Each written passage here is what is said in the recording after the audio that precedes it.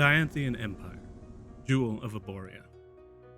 With thousands of years of rich history and tales of unification and conquest, you could not tell the tale of the known world without first mentioning Dianthus. Its history can be traced back as far as written history is known, at least as far as the first emperor of Dianthus, who destroyed the knowledge of everything that came before. Welcome, travelers, to the Dragonleaf, the tea house where tales are told. Come on in and grab a cup on the house. We have a few tales for you today, like, for example, more stories about wet rabbits and lavender soap. We got peak D&D for you right here. If you like the content, feel free to leave a like and a comment in the tip jar and subscribe to our weekly tales. It helps us share our Sundays with you more and more. And if you have any questions for us, like why the ever-loving hell did you rule that way, you idiot, it doesn't work that way, feel free to leave that in the comments down there as well, because we are opening the door that we will never be able to close. Thank you, as always, for listening.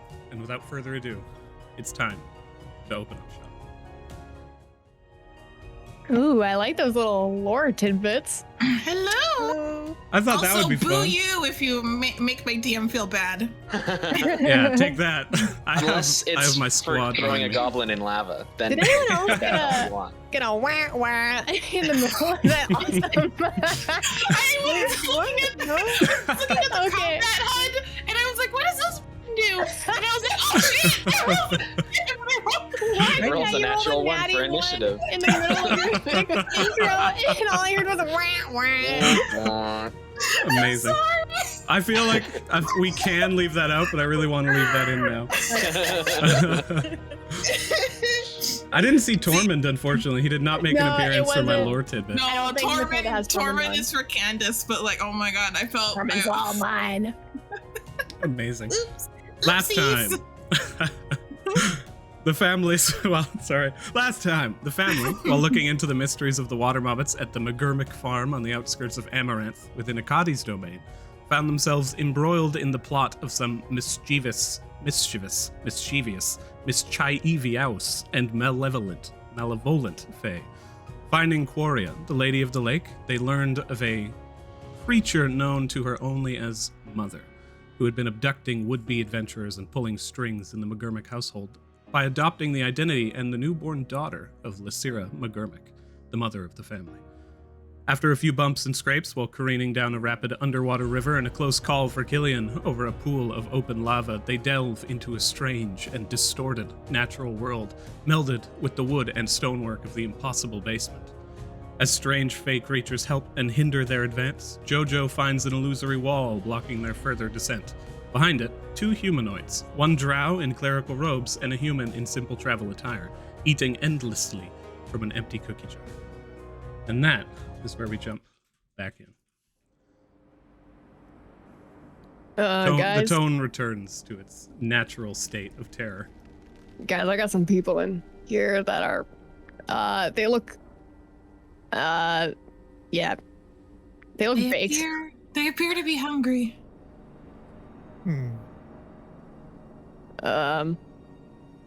Do you want to go say hello, or just observe them for a little while? Oh, I don't know. I feel like I might be susceptible to ghost cookies. And she takes a step into the room, goes to the side, and tries to get a better look at the table, I guess, the area. As Jojo passes through the stone wall, all of you, by the way, see it begin to waver and turn ever so slightly transparent. You can see just a few feet beyond it, and you recognize the illusion. So we can see her in the room. Right now, you can see her, and then beyond her, it kind of just fades away, like depth blur. Okay. Are you okay, Jojo, or are you feeling... Yeah, I'm fine. Okay. Why don't you say hello? Hey, she starts waving at these people. They do not show any attention towards you. I don't know any idea how to shake these out. Matilda, do you know any stories about fae cookies? Oh. Or gild me with any stories about weird food and fae stuff. I feel like they may have. Weird stories about food and fae stuff. In this instance, I would say go ahead and roll. This would be a history check. Okay. Let's roll history. Boop, boop, boop, boop, boop. First roll of the night. Of the day, sorry. Not night. Oh. Light somewhere. Hey. Very good. 23. You recall reading in the past in the field guide, the VF guide to the Fae and the Freaky. The I feel like Vincent might have read that too. different reasons. There's an appendix in the back that was more valuable Yes. to Vincent than Matilda. Matilda, as you were reading this book in the past, you recall that there were tales of creatures being entranced by not even the nature of the food within the Feywilds, but to accept food from a creature within a Fey domain is basically to become a part of it. This can be broken depending on the creature itself, but with enough food and enough influence, a creature could be tricked or even willingly converted into a member of that domain, that court. Typically, this is something that is done through the Unseelie Fae, which is a word used within the material plane to dictate basically a series of beliefs, one that is more malevolent and tricksy of Fae. Do you know, do they become part of this domain, or do they just become entranced by whoever gives them the food? Like, if we give them food, would that maybe break it out? Possibly, but I mean, I don't know how long they've been here, how much food they've eaten. They might be really fucked at this point. But let's try and put some food in that jar and see what happens. Okay. I'm always a fan of experimentation, so let's see. Do I have any food on me? It's a good question, because I left all my rations are back at the camp. And can Killian investigate this basket of chestnuts? Absolutely. Looking at it, go ahead. Sorry. Oh, I just wasn't sure if I had to roll or if it was just like, oh look, it's a basket of chestnuts. Immediately looking at it, you don't notice anything out of the ordinary from regular chestnuts, but go ahead and roll nature. Okay. I am not proficient. That's okay in this instance. Ooh. But... Okay. 21. Love them. Killian loves the dang things. yeah, you got my all teeth that. Just... That 15 years of chestnutology did not go to waste in this instance. Your horticultural nature is brilliant. As you look at these chestnuts, you don't notice anything out of the ordinary from them, save for the fact that they are all identical. As you also glance through, you see a series of chestnuts with your passive perception within the fire that do not seem to be burning. Paka, Paka runs forward. do you have any of the grapes from the field? You seem to have ordered a bunch before. He was like staring at the grapes and literally about to go pluck a few from the bush, and then he runs over to you. No, I ate them. Oh. Did you happen to take any of the rations that Jojo left in the camp? Or? I have my backpack. Whatever is in my pack is what I have. Do you have any food in there? Did you have any food? Because the only thing that Paka really has currently, he had a set of climbing gear, which that was actually also yours, I believe, the pythons and the rope. Yes. He does not have anything on him that would not have been something you gave him at current. Vincent, I have some rations, and I pull like a soaked bag of mixed seeds and nuts out of my backpack. By the way, Paka, don't eat anything here. Oh, okay. If you eat them, you'll get lots of tunities. That's what they cause. Yeah, that's right. That's a side effect of these foods here. Roll deception. Oh, shit. I'll point at the sack and ask Paka to bring it over to... No! Ah! He rolled exactly on your check with insight. Ooh. As he's sitting back, he is like sitting there, his eyes, he's just like, I heard that tunities are only things that other people can give you. and he just looks at you suspiciously. Yeah, well, fays give you lots of tunities. They're not always good. Stop talking to me, Wall. Tell me straight. Oh, hi. And he begins to walk through. And then he walks up to you and he's like, Thank you for teaching me more things. I appreciate that. and then he Yeah. turns and pokes his head through the stone wall. Hey, Killian, you want to bring that food in here? Yeah, give that food to Sure. them. Like, honestly, they're here eating air out of a cookie jar. I don't think they'll fucking care if the seeds are, like, wet. If I wanted to, like, half fill the cookie jar, would it be, like, 5 rations? No, that would likely be, if you have nuts and seeds, that'd be like, half the jar would be a ration. Oh, okay. I'll give 2 rations then. I'll fill this jar.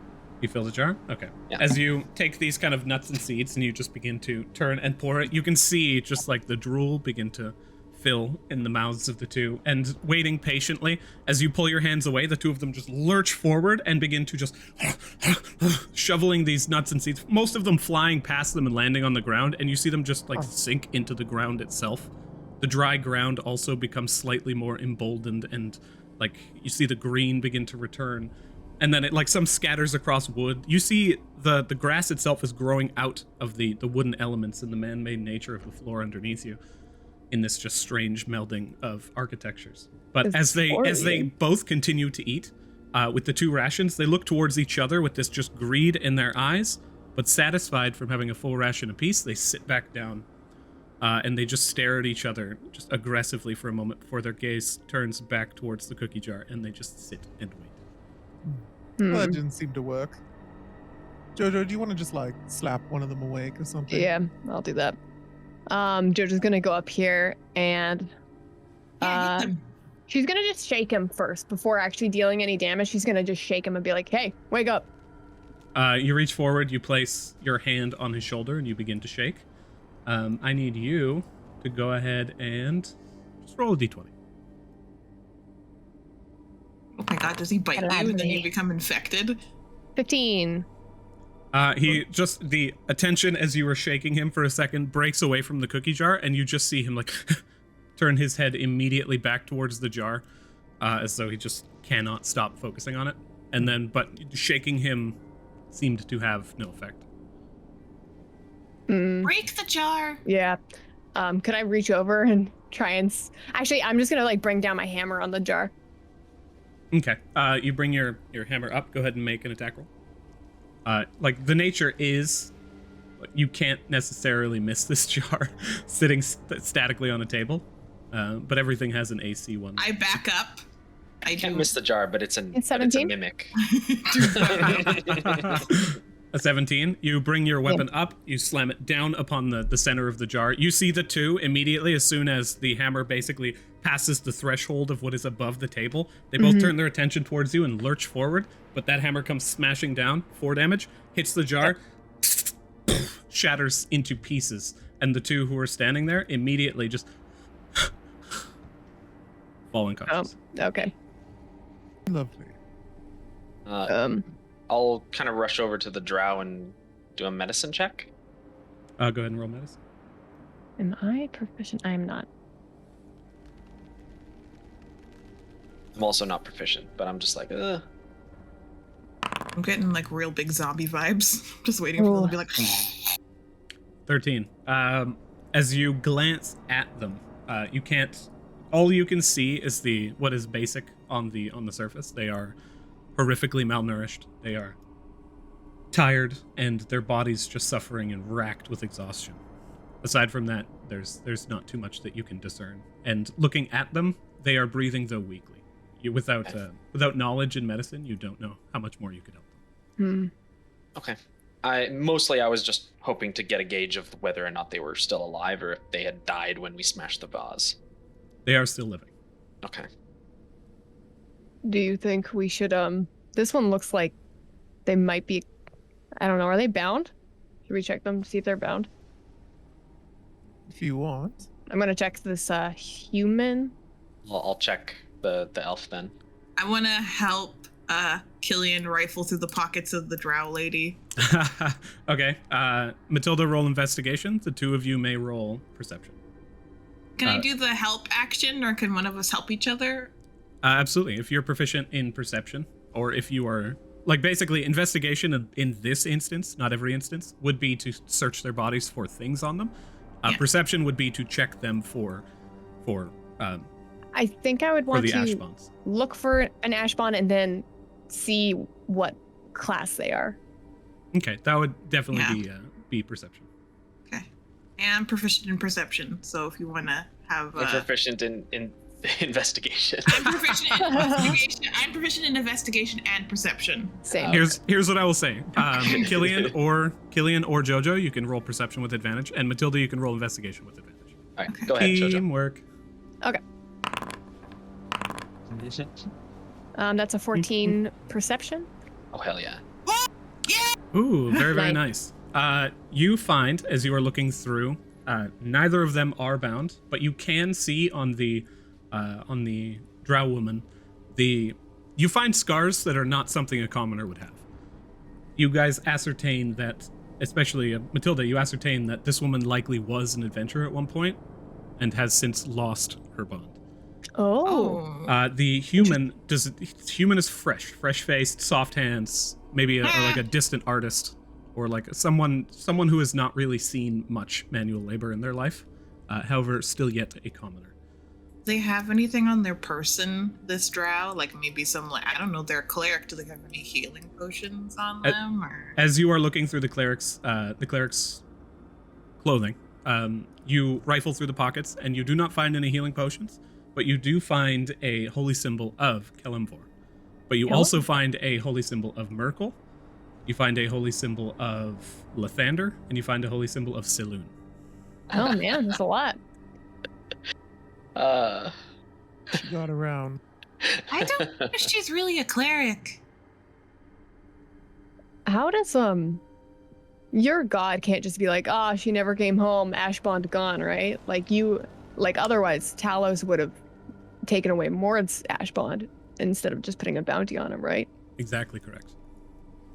It seems like there needs to be some kind of intervention between the god and the individual to remove or otherwise alter an Ashbond. Full-on retirement sort of thing. Or she did something he didn't quite approve of. Or she. Can't tell who they were bound to before. Well, Can we wake them up? I don't know, they're passed out. Do you know a way to wake them up?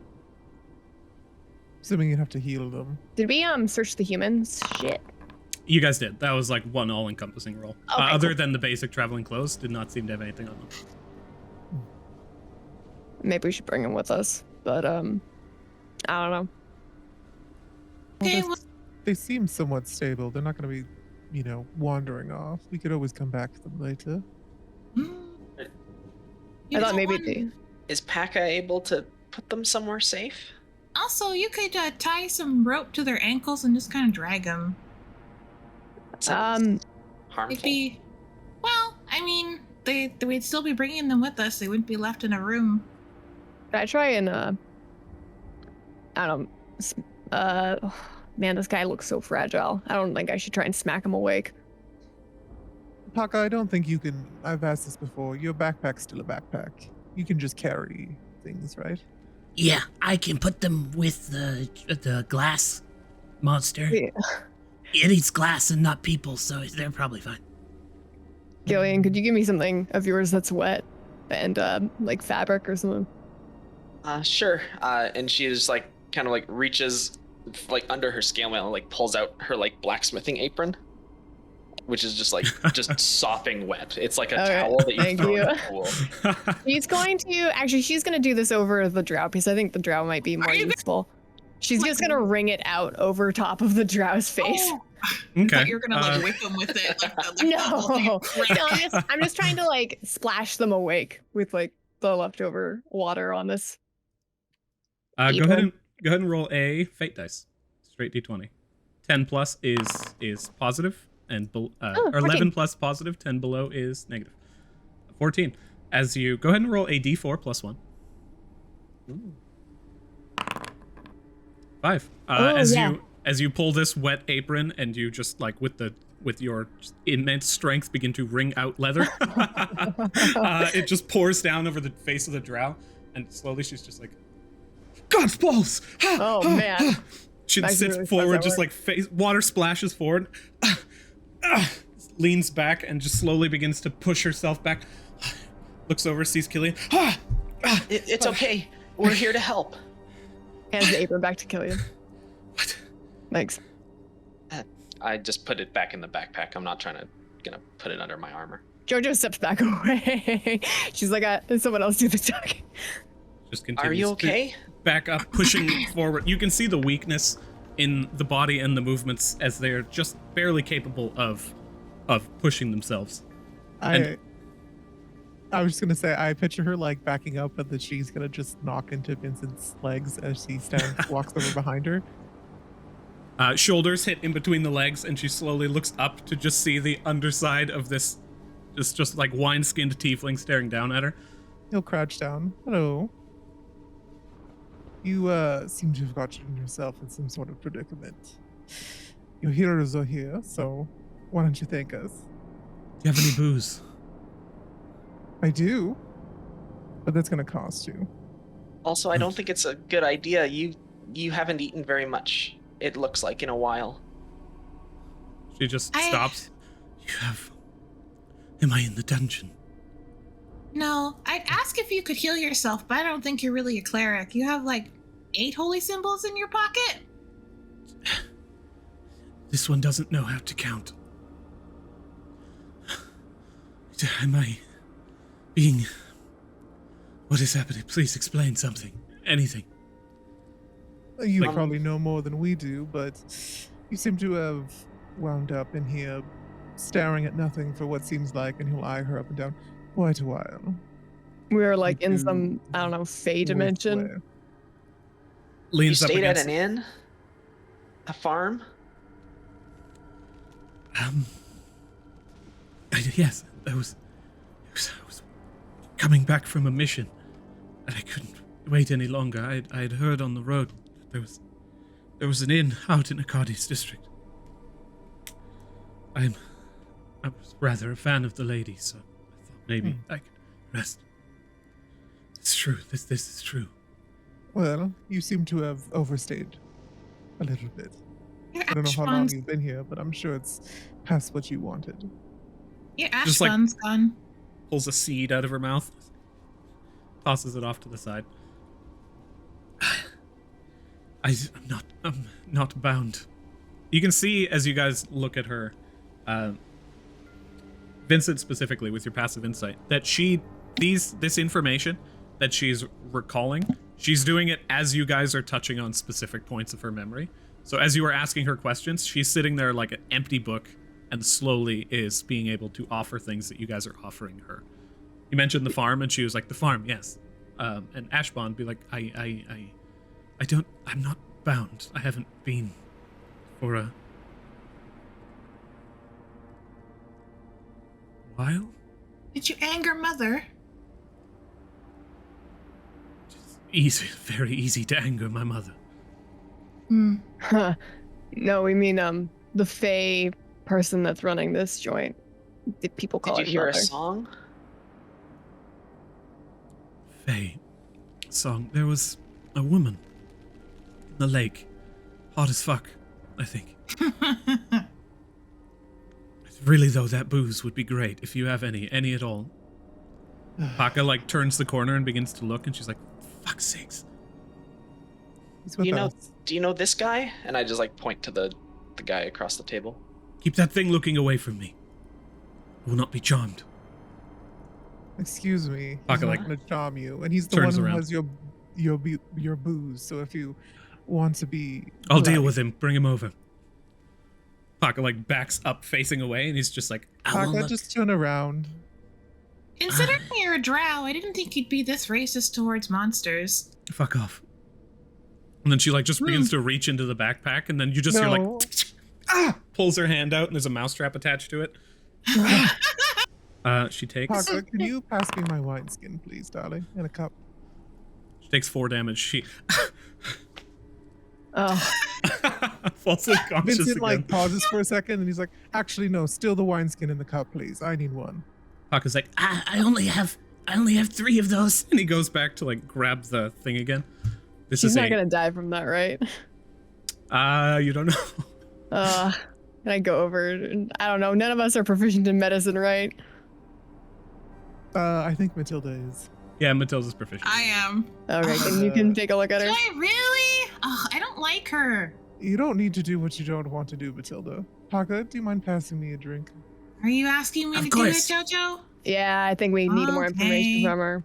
Ugh. Unless you Just want to wake for- up the guy. I mean, Or- it kind of seems like we have more information than she does. That's true, but I don't know. I think maybe she just hasn't remembered yet. Go ahead, DM. No. I was interrupting. I was in the bad. As you guys, for your information, Pocket does not have 3 mousetraps. As he pulls that mousetrap off of her finger, it dissipates. 3 times per day, if someone tries to steal something from the bag, they get snapped. Oh. Yeah. That is a pack mule. I love that. That is a pack mule ability. That is adorable. All right. Fuck, I gotta do medicine check on this dumb bitch. Whatever. It's very good too. Yeah. Whatever. mad This about sucks. And then you like pull out your gear and just go to town with the accuracy of a surgeon. As you stabilize her once more, and I would say in this instance, she actually just kind of. Fuck. Hells. Looks over You know- towards you and sees you.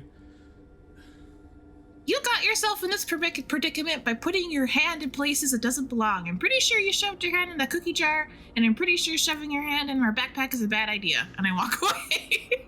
Pretty good at that. Yeah. Vincent's just like sitting on the table with his legs kind of leaning off of it, drinking his wine. I want to. Oh, sorry. Go ahead. So guys, what's the plan? Are we gonna leave these two and figure out if there's another secret exit out of here, or Oh, I are we was- gonna sit here and chat all day? No, and I was sort of hoping they had at least a little information or they'd be useful, but since this Well, one's not bound anymore, and let this me- guy isn't bound either, so. Let's wake She's up still on this the ground. dude. She is currently prone. She's leaned back against the wall. As she sees you approach, she's just like, no, get these monsters away from me. You might be fooled, but I will not be. Never seen monsters okay. outside Look, of the I have- dungeon. I like pull up my sleeve. I have an ash pond. You fucking kidding me? No. I'm assuming you've been in here Oh, for can I quite a help you while, up? darling. Monsters with bonds. And you're saying I'm not in the dungeon? No. I don't recognize this floor anyway. She looks at you. She's going to roll insight. Killian, as you are offering this kindness. Looks you up and down. Lean over. She like reaches forward, places one hand on your shoulder, and kind of uses you as a crutch, and like just slowly brings herself over to the chair and lays down in it. I could hardly move. She looks over and now sees the human unconscious on the ground on the other side of the table. Doesn't seem to care in the slightest. Yeah. I if I'm allowed, I want to take off the boot or the shoe of the human, and then I'm gonna take out my probably very ruined pen that's in my or like whatever is in my bag, and then what doctors usually do to check if someone's really unconscious is they take a pen or something and they push it against the people's like toenail beds because it really hurts, and it's very hard for you to pretend to be unconscious or to stay unconscious when you have such a shock of pain. So that's what she's gonna do and try and wake up the person. Essentially non-lethal damage. Yeah, Yeah. non-lethal. It's just it's a pain response. It doesn't cause any damage, but it's like It Roll hurts. medicine. Roll medicine here. The higher the roll, the more you are able to do this without actually inflicting any damage. But you are proficient. Actually, with your proficiency in medicine, you can just succeed on this. As you accomplish this, you push back on the nail, and they remain completely unconscious. Oh well, this person's really unconscious. Do we have any more water? Uh, That seemed to work Killian for this one. just like goes into her bag and pulls out like a little water skin.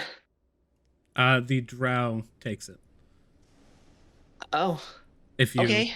a dexterity contest if you want to attempt to. I don't try to snake Okay. it from her. It's Mm. like Probably she thirsty. seems to move with fluidity, but then like you can see her arm shaking and she moves relatively slowly. You like let her take it. She actually notices that, and then pops the top off and just eyes you suspiciously still, and pops the cork back on and just tosses it back to you. Is my notebook still wet and kind of ruined probably from the rapids? I Yes. did dry I've- you guys off, but the notebook, I'm not sure how dry paper is not usually very good. No, and so I take my wet notebook and I slap him in the face with my very wet notebook. Okay. Go ahead and roll Roll d20. Remind This me will to determine- not ask you to be my doctor. I'm just I picturing the scene usually from deal Airplane with at dead this people. point. I dissect dead things. I don't usually work with the living. With a 4, you are confident that this person will not be waking up anytime soon. Okay. Yeah, this person's all sorts of fucked. I can't do shit for this person. I mean, I could. Go ahead. I mean, we could dissect them for organs. Those usually sell for a decent amount of money. I don't know if we have time for that, Matilda, right now. Vincent sort of eyes the room up as you guys are dealing with bodies, and he'll toss the cup back to Paka. It's empty. He'll take off a short bow and start shooting at the wall with his arrows. See if he can find a thick one. You shoot to the east, ting, bounces off to the west, ting, to the south. You shoot directly south, and the arrow bounces off the wall. You shoot a little bit off to the side. This is a small passage over here, boom, passes right through, and you see the illusion kind of begin to waver. And that's our exit. Okay. Did you guys see the chestnuts in the other room? Yeah, I did. The ones in the fire weren't burning. Do you think that's important? I don't want to try and toss one in there. I just don't know if that's a good thing or a bad thing. I have no idea. This place is didn't- just odd. I didn't want to touch anything. That's probably smart. Should we get going? Yeah, let's go. Are you gonna stay here? There's no guarantee that any of us make it out of this. I don't know if you want to follow us. We're Yeah, probably but- gonna get into some trouble. Do you have any weapons? And healing and anything that you get rid of this? Are any of you clerical? Can you cast lesser We've- restoration or greater anything? No, we've spent a lot already just getting here. I do have a weapon, but I'm not sure it'll do you any good. And I pull the quarterstaff out of my backpack. She uses it and just kind of begins to just hold herself up with it. She takes her weight off of it and holds it and struggles but remains standing. I can move. Vincent hops off the table and kind of looking over at her diagonally, kind of leans over. If you use that against us, I'll make sure you regret it. Is that a To be promise? To be honest, most of us are very morally ambiguous or morally gray. The one that has the best morals is that one, and I point to Killian. So I don't know if we really would have much for a cleric at this point. Oh, Matilda, that's a little rude. There's Yeah, evil you spirits go. out there in the world. Oh, really? Of course. Oh. Learn something new every day. Jojo throws this human over her shoulder. You pick up the human and toss it, and she's like, by the looks of all of you, what, divers? Or warriors, maybe? Yeah, divers. I guess we're divers. We haven't dove yet, so. We were looking for water mobbits. All right. Fuck are those? Looking in the next room over here, Adrian, that you said that Vincent saw the opening, he can see through it a little bit because he discerned it was an illusion. You see What did he see the on the other side? You see the ground itself, just alight with life. You see this pale green blue, lush bed of moss and grass. You see red stone jutting out like teeth on the outsides of the walls that are ever so slightly shifting back and forth. You see a cobblestone pathway leading around the corner and lantern lights that are filled with this faint, dancing firefly-like energy. Just off to the left. I can just peek you through and Yeah. kind of see off into the distance here. Can he place his plate in there? It's got the mirror reflection to it because he cleaned it because it's just a metal plate. And see if he sees anything odd through the reflection. Absolutely. That would grant you just a little bit further distance. You do not see anything that seems to be shrouded by this kind of mirror-like invisibility that you had seen before. And you can also see just a little further around the corner, I'd say. You can see a tree off in the distance and not much else. And then I pop you Yeah. back to where you were. Vincent will turn around. So this next area seems to be quite vibrant. There's lots of trees and foliage and stuff. I think we're getting quite close. They usually tend to like to be around Faye, living Faye. things. Yeah, I around know. ostentatious. I know a little bit about Fae. What do you know? Where are we right now? Not in the wilds, are we? Did we walk through No. a pathway, portal? Well, Maybe? portal maybe. We like went down into the basement of that inn. We followed a pixie here, and we oh, this place is fucked. Yeah, she asked for payment, and I show her my finger that's missing its tip of it. Jeez. Then I went down a ladder and I showed up in the actual basement. So there's definitely some kind of magical transference going on here, but I understand. I've died. This is pandemonium, isn't No. it? No. Are you... The judge has sent me a goblin with morals and a woman who would sell her finger to a fae. Well, it was just a tip of it. It didn't want anything else for it. You have to know how to make a deal with Faye. Vincent's gonna crouch down and start moving forward stealthily. Want me to go first? If you want, try to keep quiet. Okay. Nothing's The two up of ahead. you can... My mistake. Oh, you can go down. The two of you can go ahead and roll a stealth check. I I'll can be request that stealthy for you. too. Should I do it with disadvantage because I'm carrying this human, or? Floppy man. Absolutely. So I will go ahead and just request one of human included. Candace, you'll have to roll like blinded yourself because it doesn't allow you to do Okay. advantage for the request.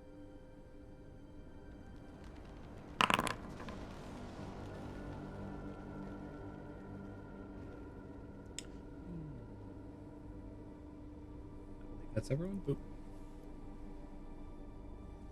Oh, it does allow you. I ignored your request. How I dare. did not see your request. No? No. I will send another. Where does it show up? It should have shown up like Oh, right in the screen. middle of your screen, yeah. Blind Foundry. roll. Oh, now I got it. Yay. Normal or disadvantage? Normal, right?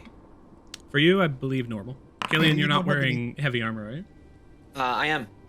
Okay, so it's a disadvantage as well. Oh, welcome to the. My last character had heavy armor. It was a bitch. Okay. You all begin to move straight through, moving as stealthily as you deem necessary at current. The Put elven my men hand moving up to alongside. be like, stop to Jojo. And whisper back towards her. I see someone. Like some commoners in cages. Cages. Yeah. There's more friends for these guys. And she points to the unconscious guy.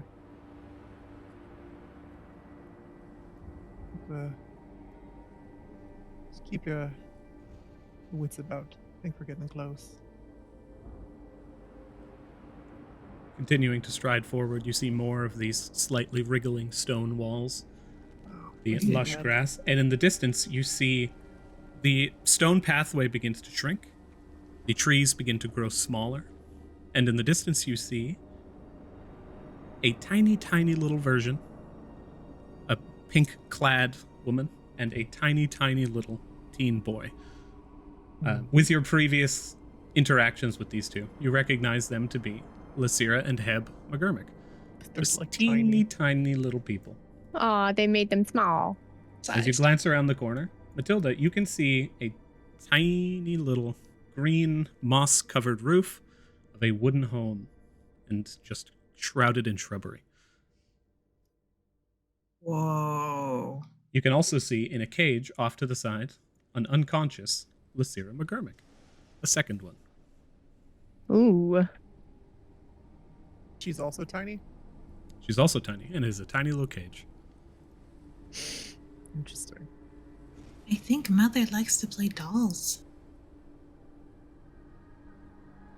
Killian's gonna turn to the elf and say, I know you don't trust us, but we're gonna do our best to try to get everyone out of here alive. My name's Killian, and like offer just like a quick handshake. Roll persuasion.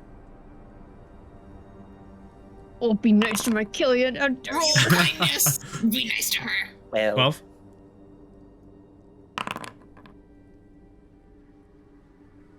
holding on to the staff, she leans up against the wall and just reaches the edge of the staff out towards you to places it in your hand and just shakes it slightly as she stares at you and says, "You can speak common.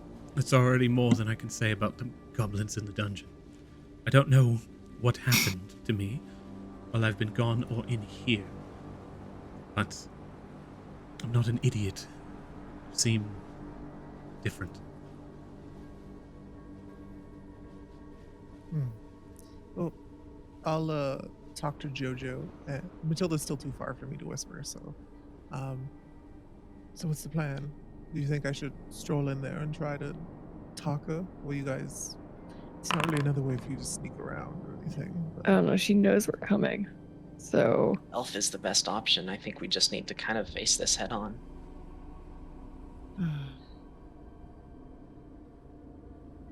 Paka. Could you take the human? I think things are about to get rowdy. He just reaches up, and it's always strange to see this little guy be like, gimme, grab, and then just whole weight of a human just being held up. He like reaches one hand and just scratches his face for a second, and then just like, oop, goes back to balancing. Also looks surprised like at this because like it's obvious Paka is bound as well. She's always keeping an eye on both Killian and Paka, but as Paka moves forward and grabs onto it, she basically keeps her eyes off of Paka as much as possible. And then when he picks up this individual, you see she just clues in. Like, mule. Well, let's go say hi. Vincent's gonna kind of stand up from his crouched position, put the plate he had kind of on his side, and kind of just stroll forward confidently and sensually. Oh yes. And sensually. Go ahead and roll. Very important. Go ahead and roll a. What is your attempt here? Are you trying to look diplomatic? Yeah, I'm trying not to look necessarily hostile towards her, but trying to. She liked pretty things. I'm trying to lean into that as much as possible. Okay. In this instance, go ahead and roll. Would you consider this to be a deception? Or do you think this is more of a persuasion? Vincent's not deceiving the fact that he's not pretty. Like that's awkward to. But yeah, That's he's totally trying okay. to influence her with other motives. That would be deception, I guess. I hate to see you leave, but I'd love to watch you go. Ha ha. You can go ahead, you can also gain advantage, and you can add advantage for your knowledge of her vanity, and you can also add your seduction skill to this. Nice. It doesn't really matter. Persuasion and deception are identical right now, so I'll just roll persuasion.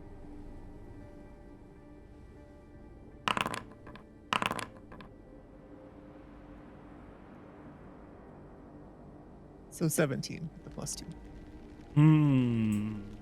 You didn't.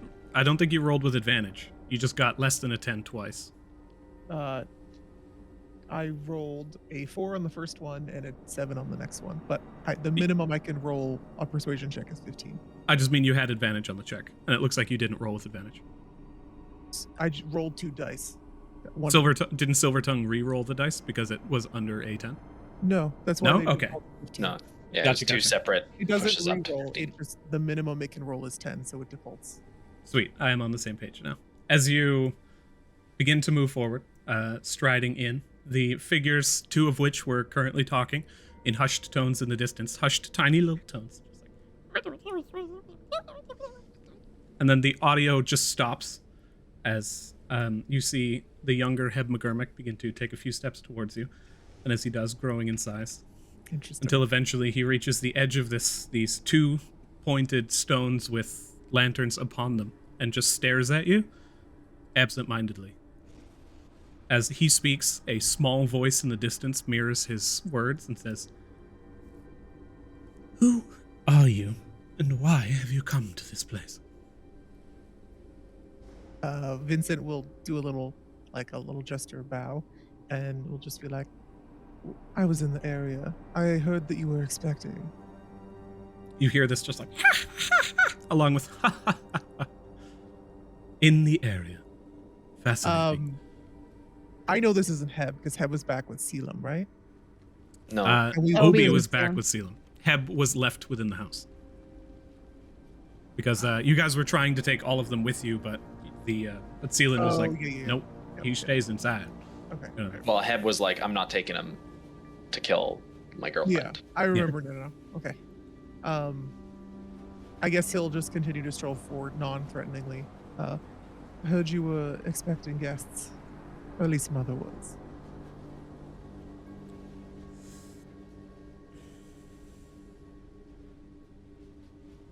Who told you that? The little pixie downstairs. Neil. Show yourself. At this point, you basically just hear like this sound is just tearing through the air around you. But in its motion, you also hear a skittering along the roof as a small little pixie reveals itself, staying at a fair height up, flying all the way past to the point where the pixie becomes virtually unseeable as it just shrinks down to the size of a fly and flies over to the other side near the house where a hushed conversation goes on once more. And then as Heb sits, you see him just kind of go completely absent before sparking back. He says, well, why are you here? What do you want? Let's get that straight first. Oh, I want many things in life, darling. I can offer them to you, of course. Can you? Oh, I can. I highly doubt that. What makes you think that? What makes you so sure?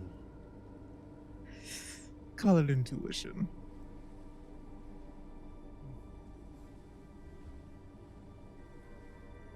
Give me one thing you want. As a show of good faith. What will you do with it? You have found me at an inopportune time. I would very much like to finish a little party that I was having. And if you would leave me to such things, I could offer you rewards. Heb is talking right, but there's still that echo in the background. Ever so slightly. You can hear it kind of move with the same, like, canter. Do But- I feel like she wants me to go away because she's afraid? Even with your passive insight, there seems to be a frustration in her voice and a hesitation, especially as a businessman. Moving to offers immediately means that there's some desperation going on here. Sorry, continue what you were saying. At current, Heb is standing. He actually finally takes one step beyond this area and grows just that little bit more, and then begins to stride in. I am unarmed, and even if I was not, I am weak and fragile. And I can see that you've made it this far because you are strong. I can bolster your strength. I can offer you very, very much. Tyneel here tells me you may have interacted with Quaria, having come down our pathway from the pond to home. Now, how is she? Hopefully she is well.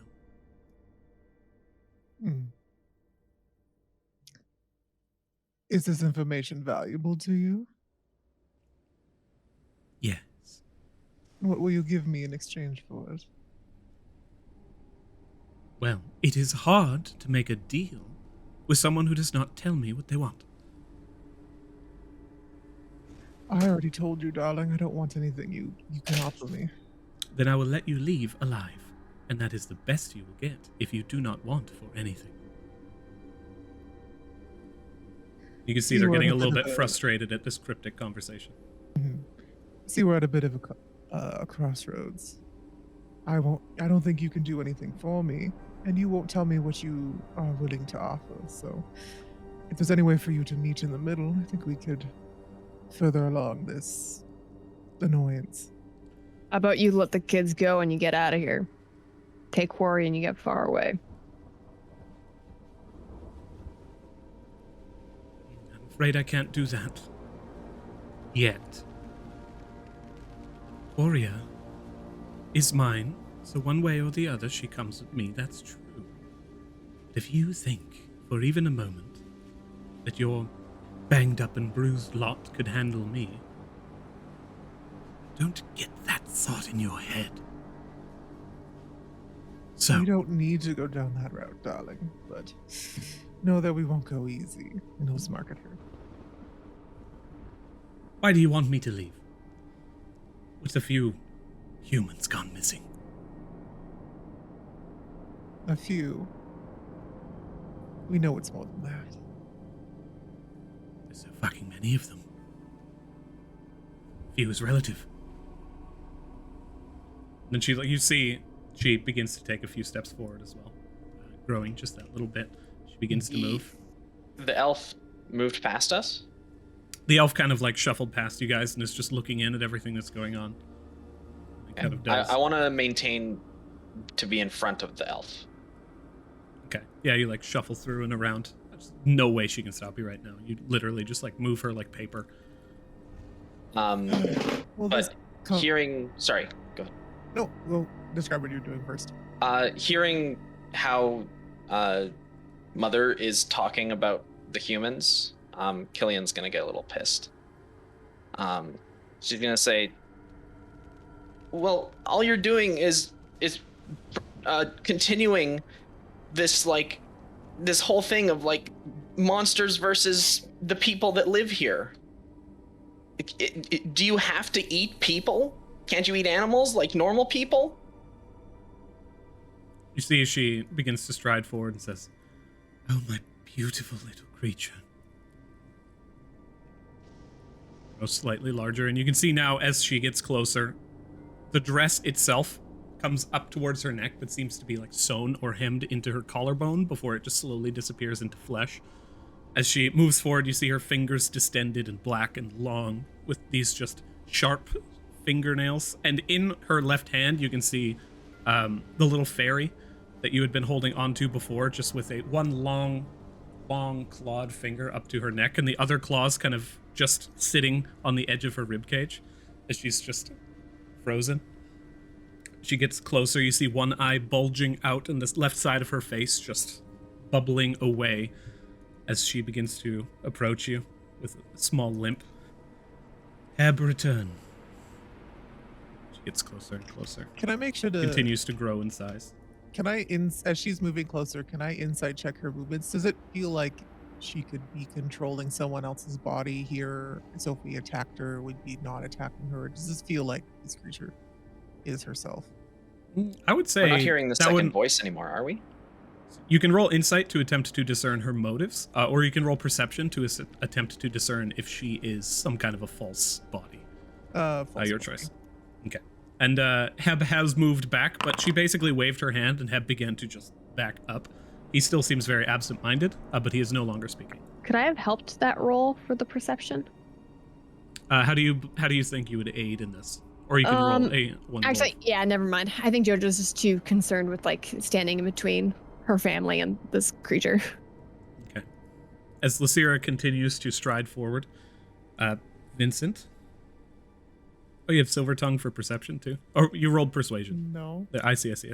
I was like, why would you have Silver Tongue for eyes? Yeah, I have think silver eyes. I'm not sure if your I was reading the chat log wrong is thing. delayed.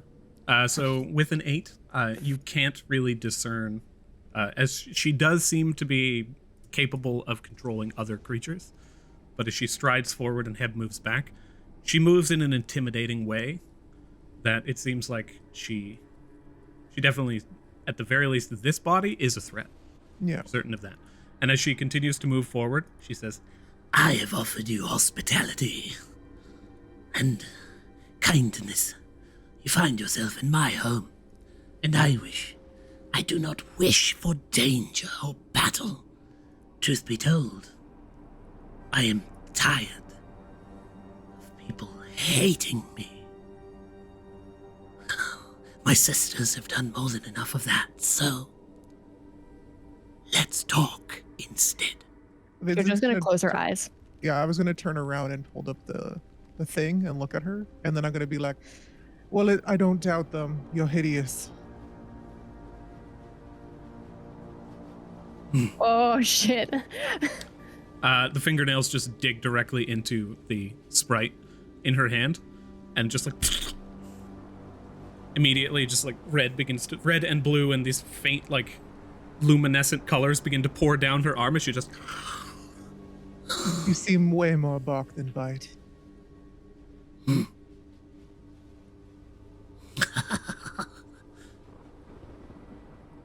Well, Does she look prepare different to in the join my reflection? sisters then. She throws the rest of the fairy to the ground.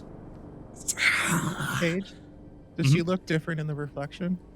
As you look within the reflection, showing off the body of her, you can see this just long, jagged body, spines poking out at each interval along the back, the face bubbled out, and two bulbous, just pure white eyes, needle-like teeth, and this long Jack Skellington grin as she stands at this just massive, heinous height, hair soaking wet and dripping with water.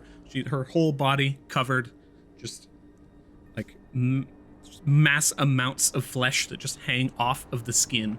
And as she stares towards you all, Yes. Well, Paka, this is what it is then, isn't it? More for the collection. everybody roll initiative. you didn't bring Paka over. Okay. Paco You was want to keeping bring back, Paco over. but he is here at current. And as you all look onwards towards this creature, Initiative isn't at disadvantage if you're blinded, right? no, that I has don't nothing to believe. do with that. Yeah. As you all look onwards towards this, you're all surprised. Just kidding. This is where we will take our first break. We will come back Is it and already? we will. Wow. It's already so Wow. fast. The world's so fast. The Wow. world's so Wow. fast. The world's so fast. Wow.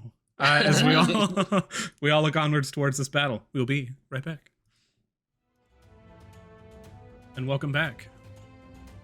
We look onwards towards this new combat as the angered Lysira McGurmick begins to move forward. Vincent, you see her visage in your mirror as she just strides forward, this hulking monstrosity of a figure with these. Also, she has like this kind of pale green white skin as she's staring on towards you. And everybody roll initiative. It's already been done. Heb is first. Has it been done? Oh, it has. I did not get to roll initiative. Are you? Oh, hold on. Yeah, it's here. Oh, I see. It's not. I just saw a full list of numbers. I rolled initiative during the introduction, so it is a 1. I can keep that initiative if you'd like, but It's already in the list. No, that's Yeah. fine. That was all the way No, back it's at the fine. beginning. Ooh, although that would be very fun. No, you got it. yeah, I can keep. I don't care. I can keep it. I was the dumbass that rolled the dice while you were talking.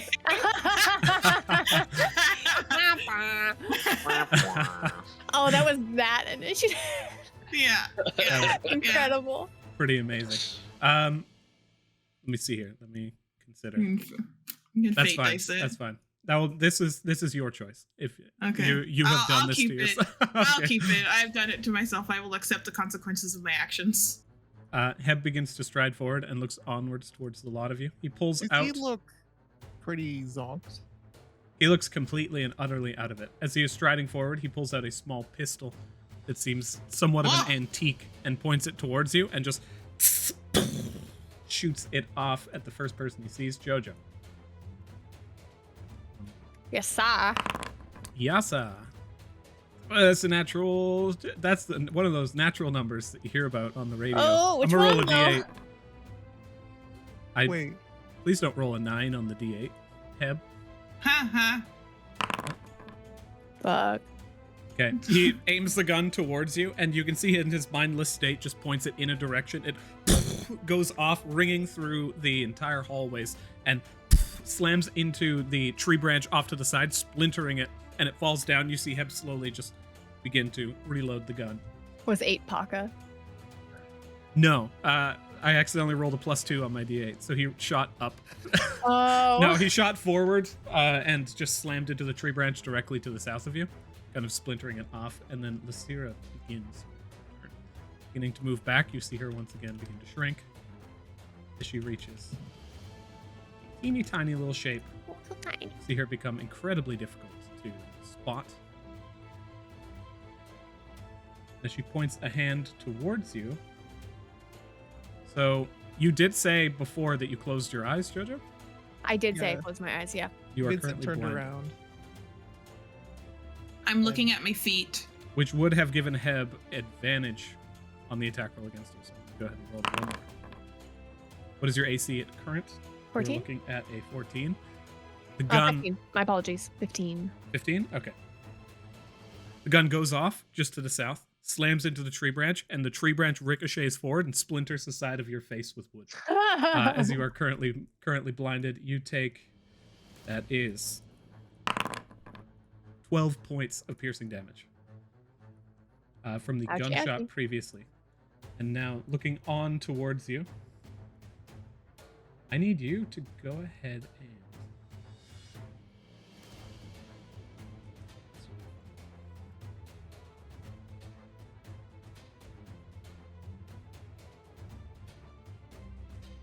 roll Yep. Yep, this will be fun. Go ahead. Thank you. Wisdom Yep. saving throw. Perfect. Jojo, you find as you close your eyes, you're splintered at the side by this this wood shrapnel, and then as you reel forward, you find your arm just like other arm, your entire body shrinks down and slams into the ground. You are a toad as you. Oh. Rebate. Who looked like it seemed like they cast that? Was it Jeb or was it her? As she moves back, with your guys' passive perceptions, everybody but Killian, you were able to clock that Lysira well- was indeed the one who was casting that spell. I think Matilda said she also is blinded. She wasn't looking. No, I'm looking at my feet. You're still blinded. If you avert your Okay. gaze, then you are considered blinded. Yeah, that's fine. I'm looking at my toes. Alrighty. Meanwhile, I need anyone who's currently looking. Killian, I need you to roll a wisdom saving throw for me.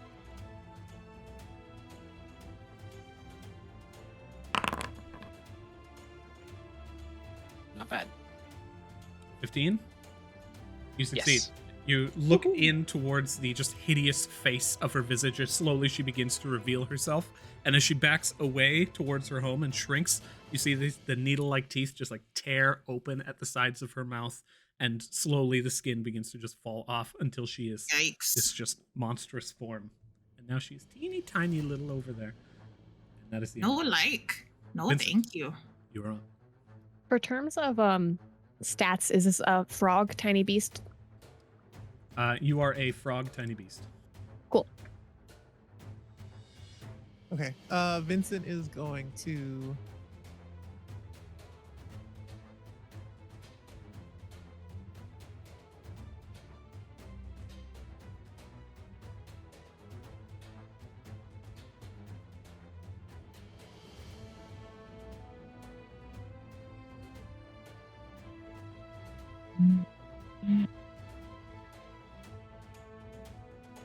Go over here.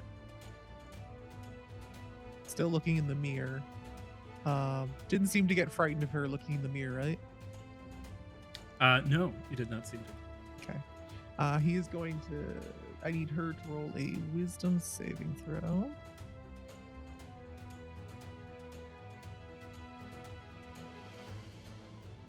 As he, in her, walking back, I guess he'll use the insults he gave her before. Being like, it's no wonder your sisters didn't like you. You're ugly as fuck. She just stares towards you, and you hear this faint come from this tiny little spot in the corner. Did it look like she succeeded or no? Does not. She stares towards you for a moment, and then turns and rushes over here towards her home. At which point she opens the door. Oh, it's not her turn. This is vicious mockery, yes? So she runs away using her. No, that's No, that's disadvantage. dissonant whispers. She has my mistake. disadvantage on her next attack, and she has to roll a con saving throw and takes 1 damage. Psychic damage. she's concentrating, so she'd have to roll a con saving throw.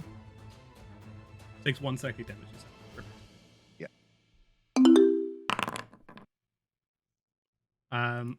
Jojo, you turn immediately back to your normal self as you I do? stop for a half moment, Broke her concentrating. considering, with 1 psychic damage. You Oh, stop for a hell yeah. moment, considering where you're going to get your next meal, and then you return to the consciousness that you so crave. You're no longer Tojojo. If I'm blinded, I guess I can like look towards. I can avert my gaze and run without being hindered, right? I can look at my feet like Matilda. Yes, that's totally fine. Okay, I'm going to run up as far as I can, I guess.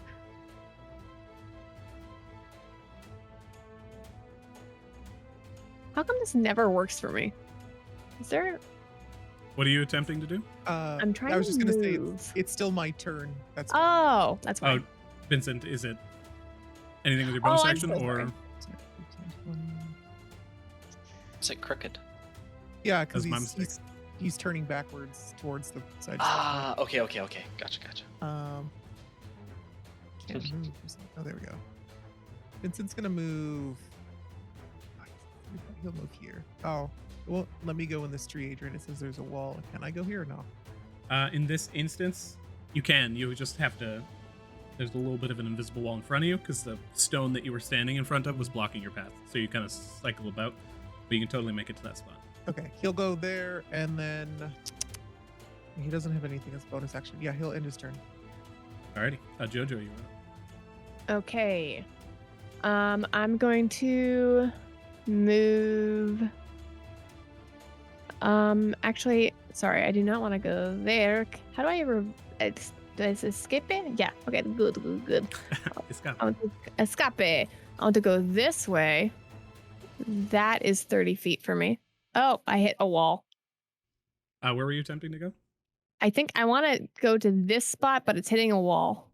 You cannot go from this spot to that spot just because this stone is jutting out and blocking Okay. your pathway. Oh, You can cycle about though if you go through. Heb is currently a hostile target, so you cannot move through his space either.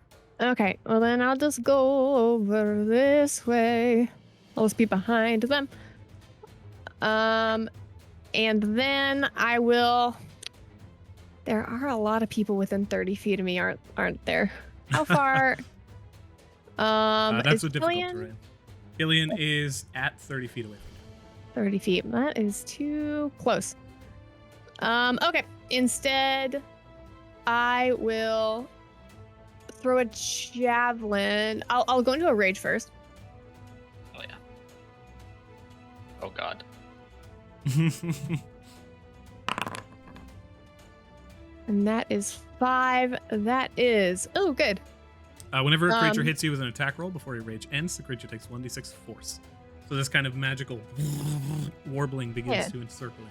Oh, yeah. And then she's going to throw a javelin at Mother. So with vicious Oh, mockery, right. she has disadvantage on her next attack roll. You are I have blinded. disadvantage. Yeah. I have disadvantage to hit, but I'll do it. Oh, reckless is only melee attack, so I will just do just a disadvantage attack.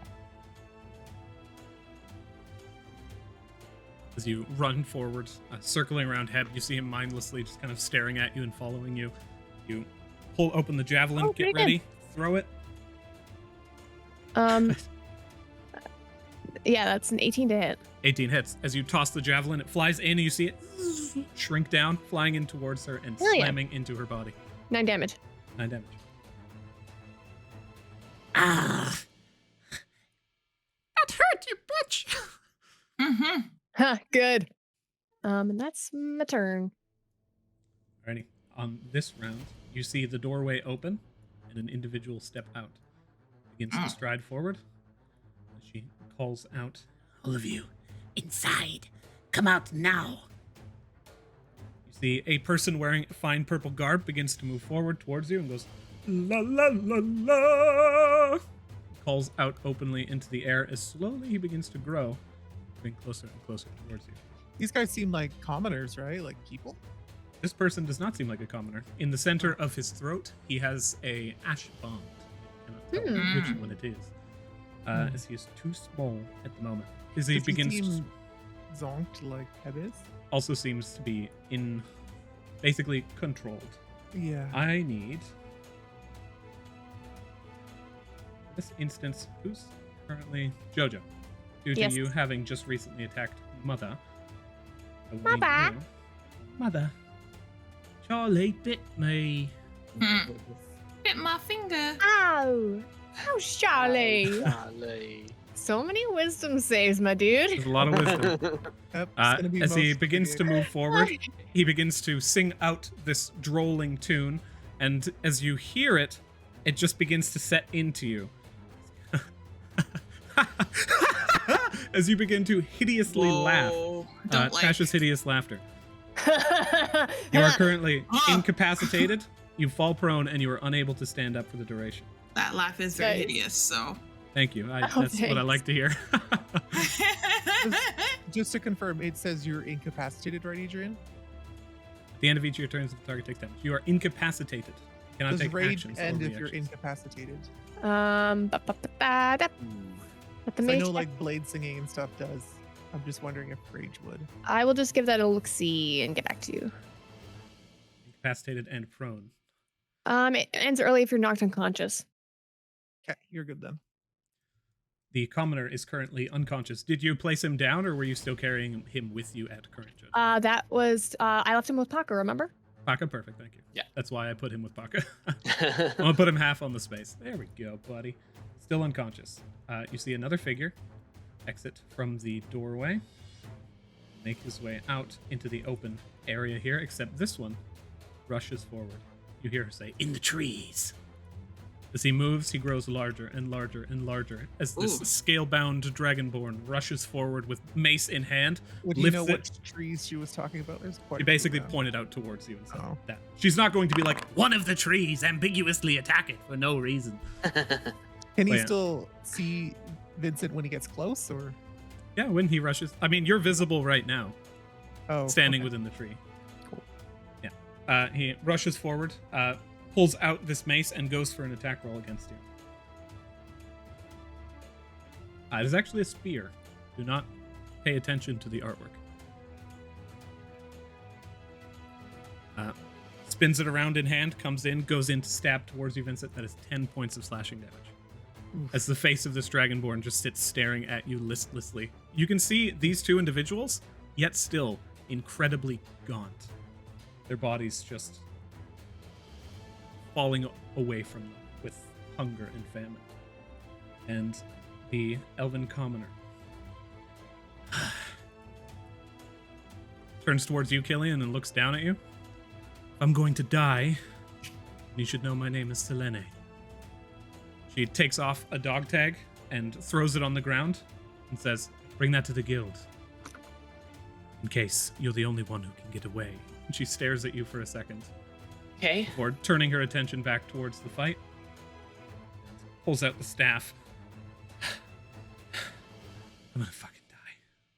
Rushes over towards this individual and is just like, hey, get away from the sexy tiefling, and just begins to poke him in the legs, distracting him, giving you the help action on your next round.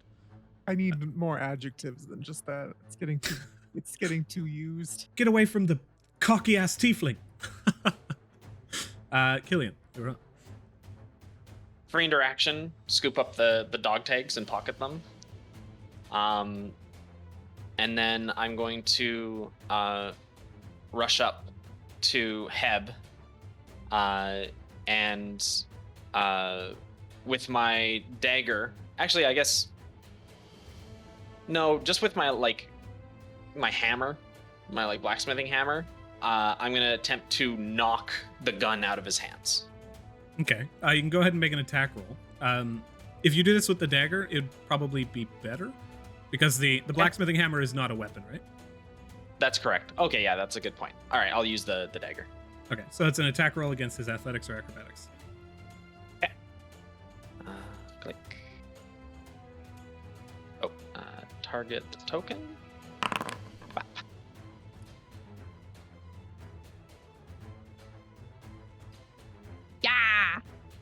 No! He also rolled a natural 20. No! You got, with your Oh. 20, you reach forward, grab the dagger, flip it out of the side of the, slam it into the side of his hand, and the pistol goes flying out of his hand, landing off to the side. He has no bonuses. And with your Yay. contest of natural 20s, the pistol lands off to the south, about 10 feet off in the distance, kind of landing underneath the shade of this tree. I'll actually just put it over here for more visibility. It is right there. He's disarmed. As a bonus action, can I disengage from him? Is this like a full wall, or is this like, could I slide under it to like go get the gun? It's a wall. Also, do you have disengage as a bonus action? Yeah, the goblin, like the nimbleness. Awesome. Yeah, squat nimbleness. Awesome. You absolutely can. In this instance, you are currently blocked from moving forward. You can move through Jojo's space or the Elven Commoner space, but not his or the stone in front of you. Gotcha. Okay. Well, I can't really move too much then, so I guess I'll hold off on that. That'll be my turn. I'm just gonna say, what is it with your family and these things? Pointing to the gun on the ground. Heb just remains silent, staring. He now looks his head towards the gun and begins to slowly move back towards it. And at the end of your turn, Matilda, you are up. Okay, so for my turn, I want to walk up to these weird brazier things. I've noticed that they look weird. No one's crossed past them this whole entire time. And Matilda wants to figure out whether it would be beneficial or not to maybe do something to them. You did see Heb cross by them once, but Vincent as he also crossed by them. Okay. but as you move forward, so as an action, are you going to interact with them, or are you trying to discern whether or not it would be good to do so? Both I think will as be an an action.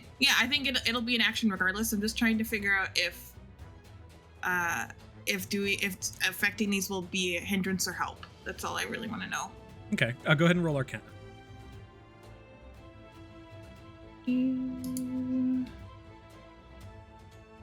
Like they did walk past them, but it didn't really seem like they wanted to do it often. They stopped and went a quick bit. I don't think I got a good enough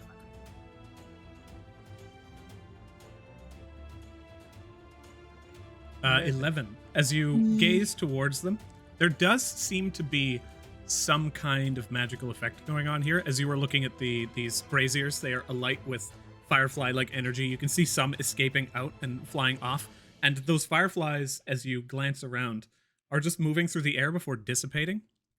More so back towards the house than they are back towards where you guys came from. You cannot discern the current effect of them, though. Okay. Alrighty. And then my bonus action. Can I can see. I want to look up and find what's her nuts. Do I see her?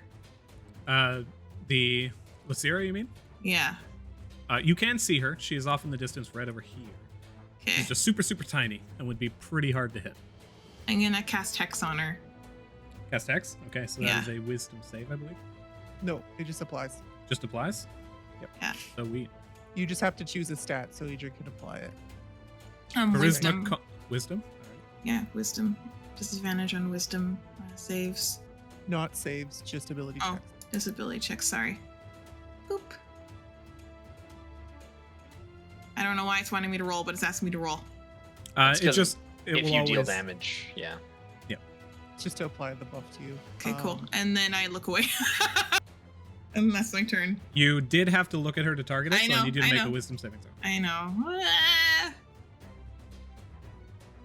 Oh, Matilda did good. You are Okay, totally okay. fine. As you stare at her face, you have seen worse in your dreams, and you have picnics with those creatures. Yeah, Even those picnics are either pleasurable to you or you hate them. yeah. Why not both? Why not both? Ooh, we're complicated, aren't we? Uh, Is that the end of your yes. turn? Yeah, and I am now looking at my. What's that? Do I have any? I don't think I have any more movement left. Right? Okay, I'm good. I end my turn. End. At the beginning of the next round, Heb moves over here and picks up his gun. Can I make an attack of opportunity? You absolutely can. All right, I'd like to do a non-lethal attack with my dagger. Absolutely. I'm assuming JoJo and the elf lady could do the same. The elf is currently like focused. I Help don't think she action, would. yeah. She also just seems too tired to really multitask. I'm incapacitated, so. Oh, Only a 9. 9 to hit. He does actually manage to escape out of the way. As you would hit his hand before, you see almost like a puppet string. Lysira pulls her hand back and he lurches for a moment out of the way. All right.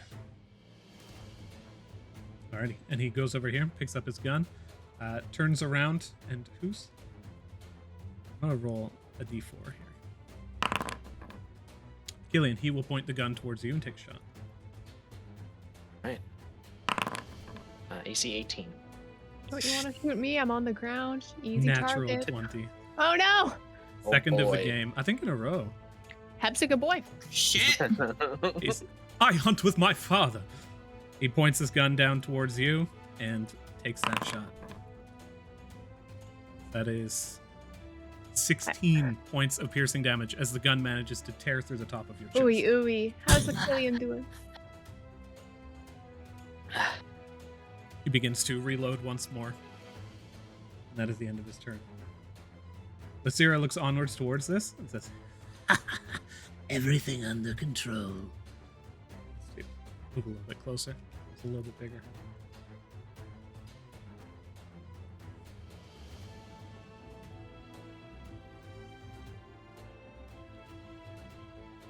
Is it all she does?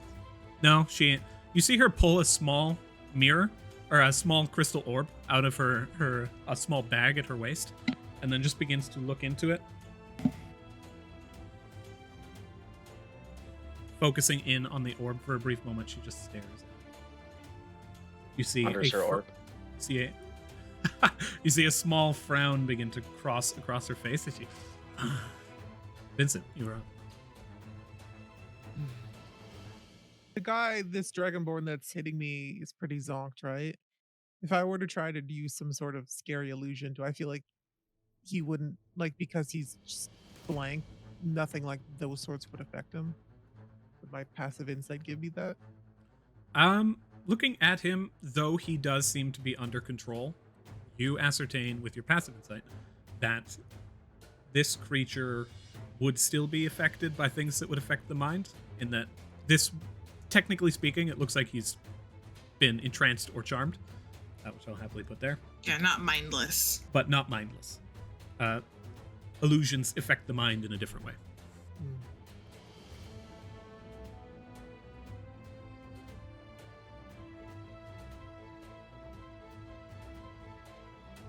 Okay, I'm gonna try something a little weird.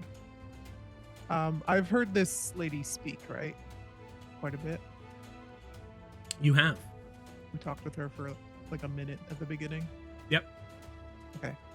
He's going to kind of like make himself look like he's removing an effect from him, but really he's casting an effect on him, and he's going to cast disguise self to look like her. And he's like, "You idiot! It's the other tree. Go!" Ooh, go ahead and roll deception. And he's going to try to sound like her. Yee. So I will preface this first. Roll performance to see how good you manage to make this. It'll be somewhat difficult because she is of a different biological sex than you. Oh, women! I don't know. Women, I don't know. Vincent's voice is pretty, but that's fine. Just got to make that actor feat useful. Sorry, what do I roll? This Performance first. okay.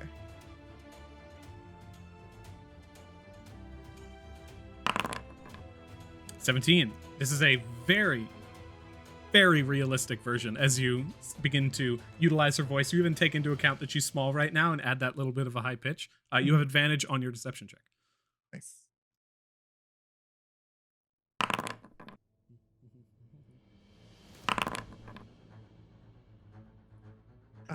Would I, 15. Would I be able to add my cool under pressure to it? Yeah, that's pretty sweet. 18. 18. As he's staring towards you, literally wielding a spear that he just slashed through your abdomen and is going for a second strike. You say this, your switch forms into hers. He just... begins to turn back towards the south and looks on to find the next creature close to a tree. It's literally everybody. I'm gonna roll a d8 to see who he targets next.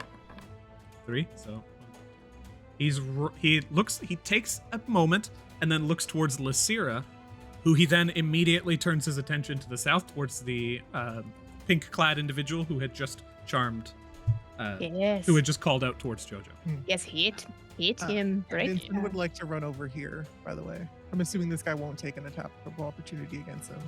You would have to juke a little bit, but it does not necessarily seem like it. As you turn and you begin to run, he is focused on a different creature, and you escape without being scathed.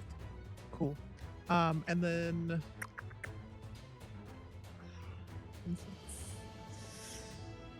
Yeah, he'll end his turn. Okay. She is the drow commoner is still poking at this guy, so the next person to attack him has advantage on the attack. Just so you're aware. Jojo. You are blinded. Yes. You are blinded. You are angry. You are laughing hideously. You are incapacitated, and you are prone. So many things. What do you It's a think roller about in this coaster. moment? What's going on in your head? Angrily Jaeger? laughing. Angrily laughing on the ground. God, I don't know if she can think at all. She's just like, there's like so many emotions. She's just like, what the fuck? Yeah, I hate when I feel prone. I feel very prone. At That's the my end of your secret. turn, you do get a wisdom save. That's my secret. I'm always prone. I believe. Holy believe, moly, that's um, funny. I believe my rage ends because I didn't take damage this turn, and also Yeah. I didn't hit anything. So At that's the an end of your unfortunate turn, use of rage. you can also make another wisdom saving throw.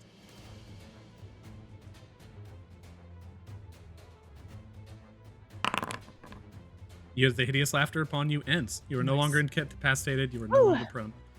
As you I'm no longer find raging. yourself I return don't to think your the prone senses. ends. You are still prone. I can yeah. stand up. Oh no, I can't. Okay. Your laughter propels you upwards.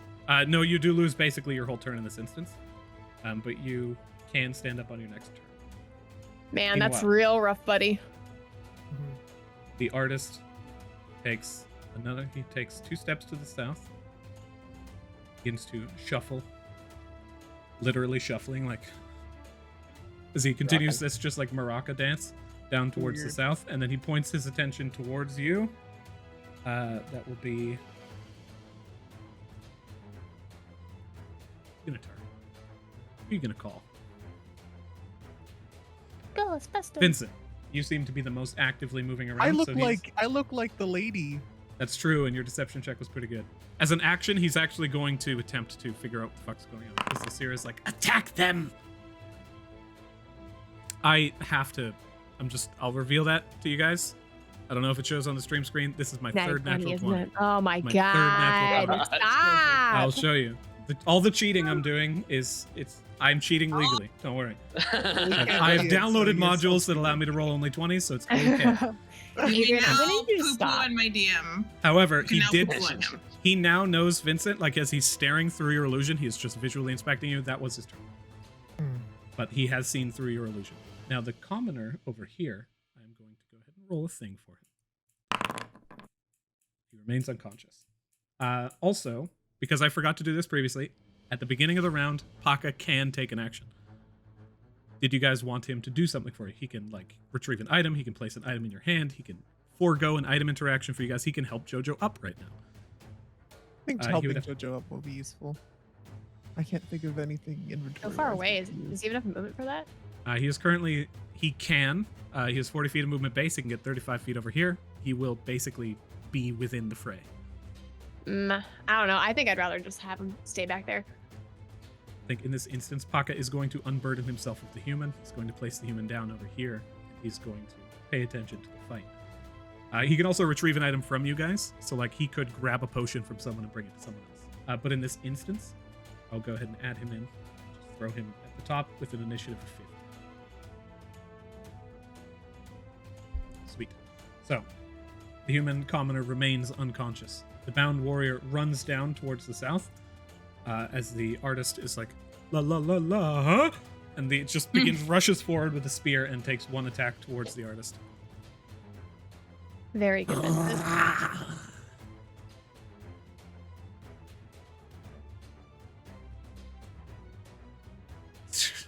Dirty 20.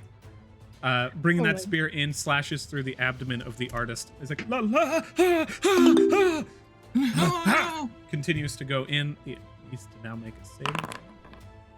Vincent is very happy. Oh, my little minions, go. Alrighty. Dance. That is the end of the warrior's turn. As he skewers slightly through this artist's body, you see the blood spatter across the ground, and the ground begins to grow that little bit more lush. The elven commoner begins to just kind of hobble backwards, and is like, scoops up her dog tag, goes over here, and just places it hanging on the tree. I picked it up. Last Oh, you round. did? Okay. Yeah. She just rushes over here, then and kind of rests just outside of sight. I like turn to her briefly and give her like a great job. It's like blood like pouring out of my mouth from the bullet wound. Yes. Both of you just equally fucked up at this. Well, actually, now she kind of feels bad for you, which you can see in her face. You can't. She saw before the illusion went up. Vincent's got fucking skewered through like a side with a spear. She actually does not seem to have been convinced by your deception. As she moved away, she just kind of passes by you without paying too much attention, and makes her way over towards Paka, and keeps equidistant between the two monsters, between the two monstrous races. Killian, you are up.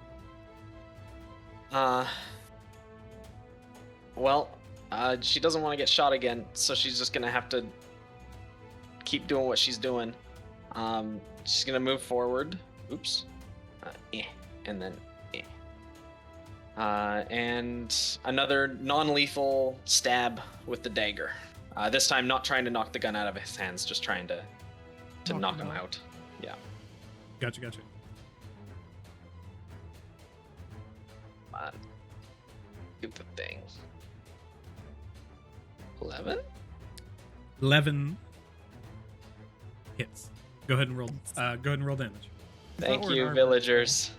Thank you, villagers. I'm gonna go ahead and just because of how dangerous that gun is in his hand, I'm gonna use my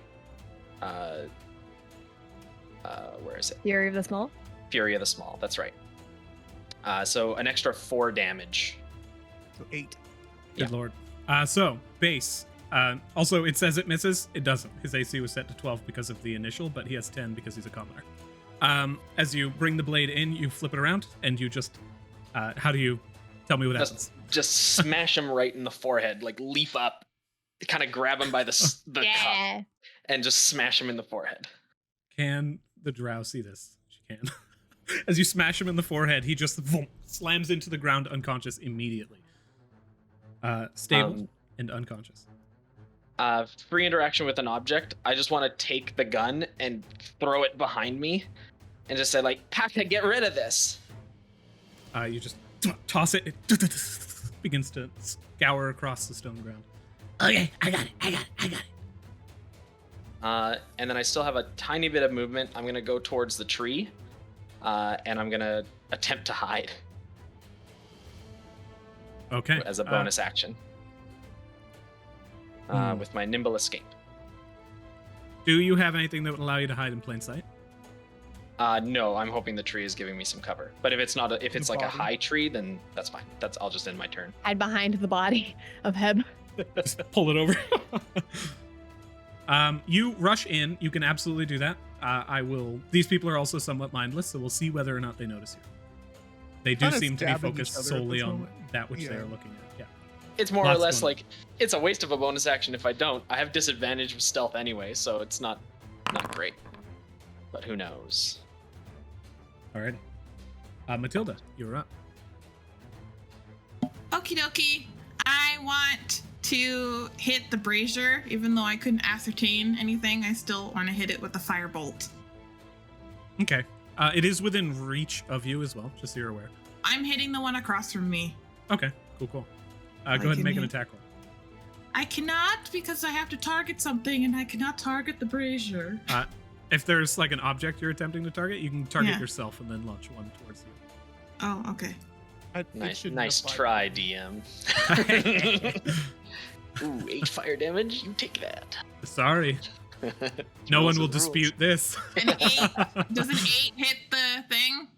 An 8 does not. You hit it. The fire slams into the side of it, and it flies Shit. off to the side, but not enough to cause damage or to cause it to fall off of its current place. Hmm.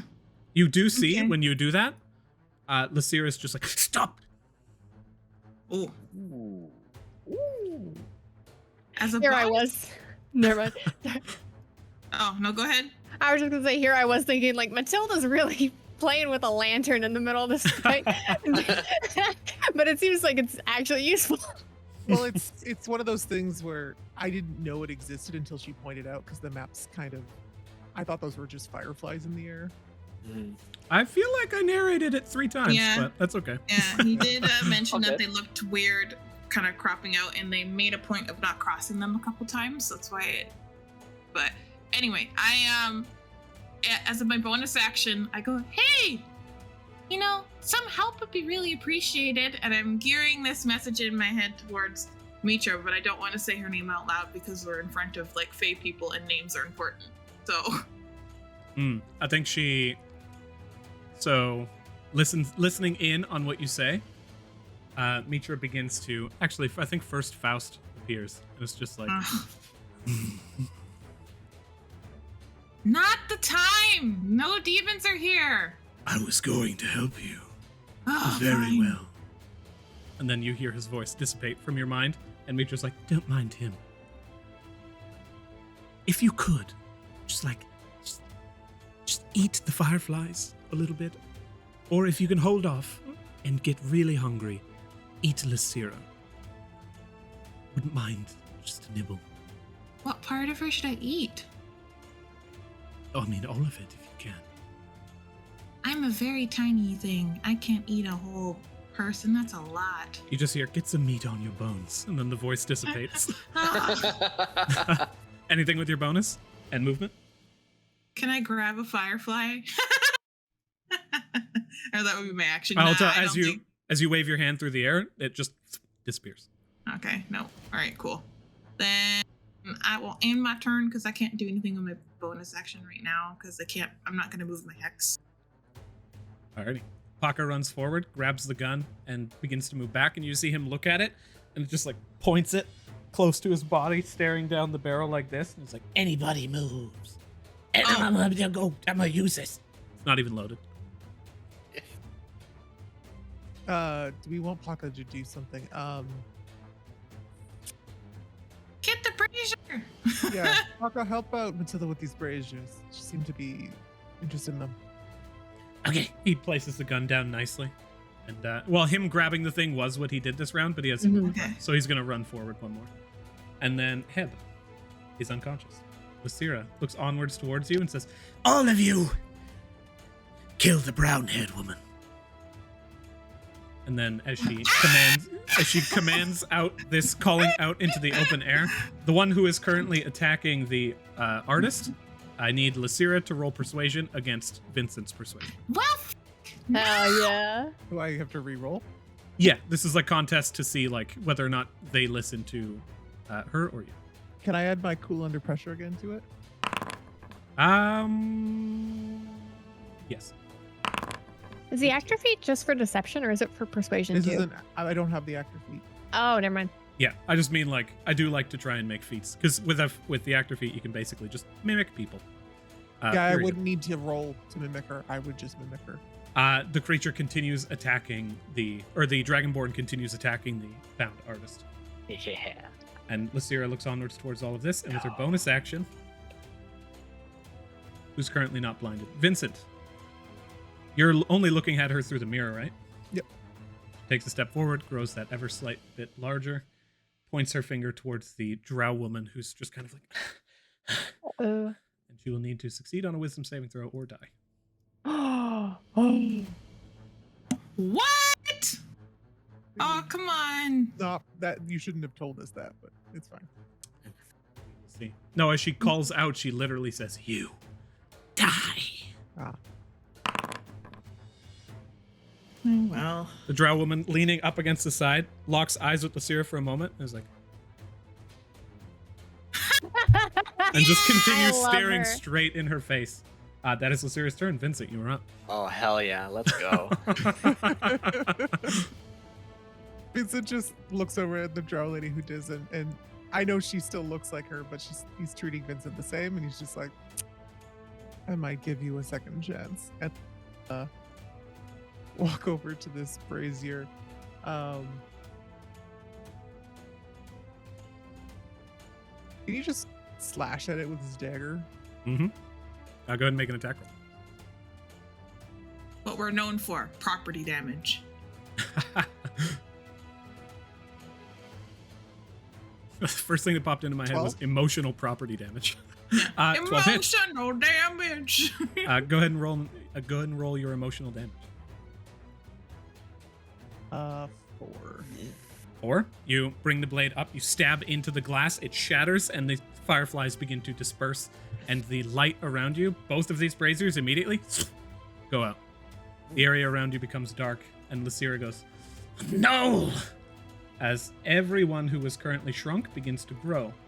You see the actual human Lysira McGurmick, who is unconscious in the cage in the distance, begins to grow to the point where the cage itself just begins to buckle. And as she's currently, she basically stops growing at that point, and it just begins to open her eyes, looking around towards everything that's going on. You see Lysira herself grows to the normal size. For those of you with dark vision, change. The warrior grows ever slightly larger. The artist grows larger. And you guys did have disadvantage on attack rolls against these teeny tiny people, but now you do not. The few of these, the commoner, you see a halfling in the cage that grows just like an inch or two bigger, and then you see a human commoner grow to the size of his cage. And you are now enshrouded in darkness. Vincent, anything with the rest of your turn?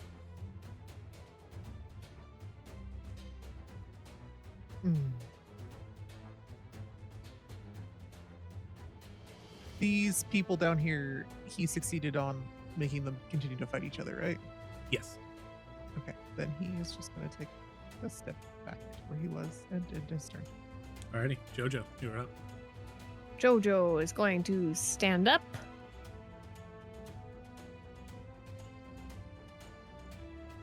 How far can I get?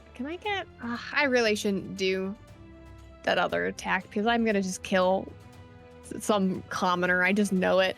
So instead, she's gonna go up to Mother and hammer or shocky. She's obviously not wearing any metal. I think I'll just use my hammer. Use my hammer on her.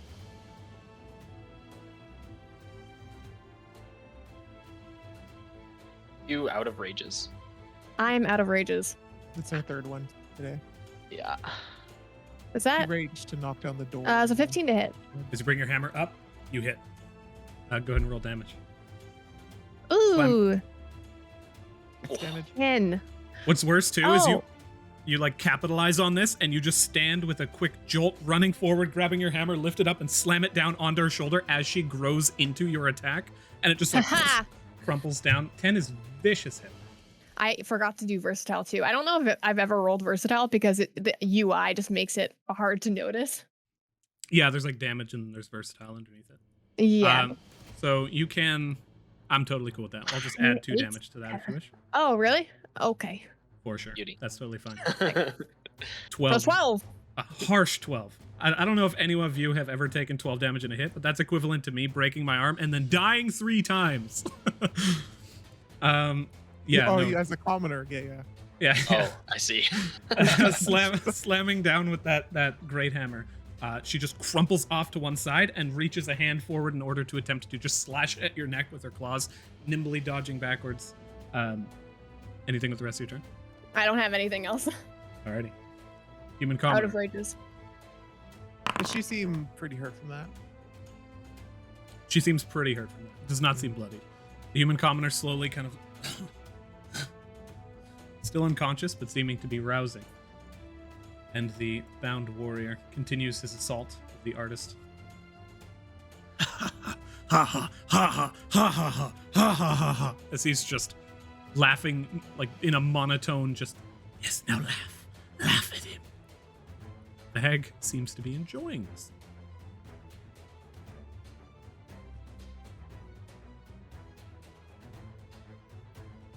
The artist manages to dodge out of the way as he just continues to attempt to stab through, failing miserably. The drow looks onwards towards all of you.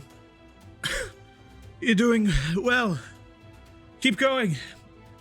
All of you who can't see. Probably just a human, yes? Look, Yes. She's 20 feet to your right, 10 feet to your south. Thank you.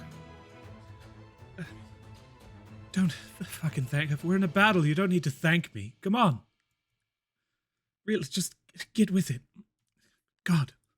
Those of you with dark vision, you can see her face grow slightly darker, with a faint blush of just more gray, in the gray of the darkness. Killian, you're up. Okay. Killian can see Mother with dark vision, and Killian hasn't been hiding her face the whole time. Do I need to roll another wisdom save? As you are staring towards her. That is true, actually. At current, you do. Please and thank you. Okay. I missed out on that. Not great. That's a 5. You are frightened as you look upon her horrific visage. Okay. Just the base frightened, can't move towards, disadvantage on attack rolls while in range. Our frightened is just a little different in that when you are frightened, you basically need to seek out a way to break line of sight. For example, you know that you could run around the corner to break line of sight. Well, that actually wouldn't necessarily work. I run behind these guys to do so. You would have 3/4 cover. Being a small creature, I believe you can only hide behind a creature 2 sizes larger than you, unless you have an ability that allows you to do so, like a Lightfoot halfling. Right. If you, looking around at your current availability of hiding spots, unless you ran all the way away, you would not be able to hide. So that is the first thing that you would do. Okay. Basically, you are so frightened of this creature that getting away from them is the only thing you can think about right now. Otherwise, if you did have a way to break line of sight, then you could take your turn as normal and then break line of sight in that way. So if you have a way to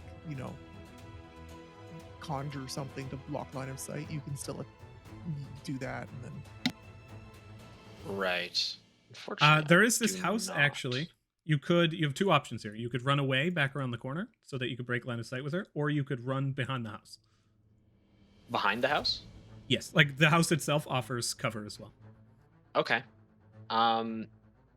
Yeah, I think I'll do that. Because I have upwards of 60 feet of movement. Am I able to get there? That would be over the house, but the house itself is now only it's less than 5 feet tall. So you can absolutely run and dash over top of it now. Okay. Yeah, I'll do that.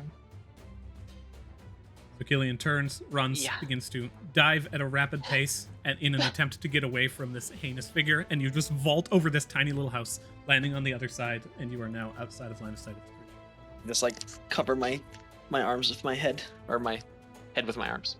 And anything with your bonus action? Hide. Awesome. And now you are. Go ahead and update these for us. Yeah.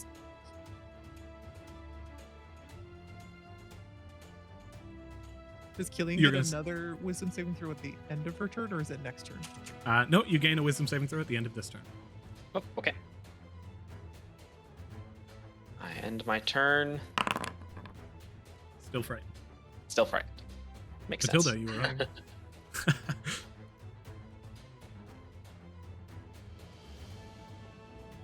Oh, I can't hear you.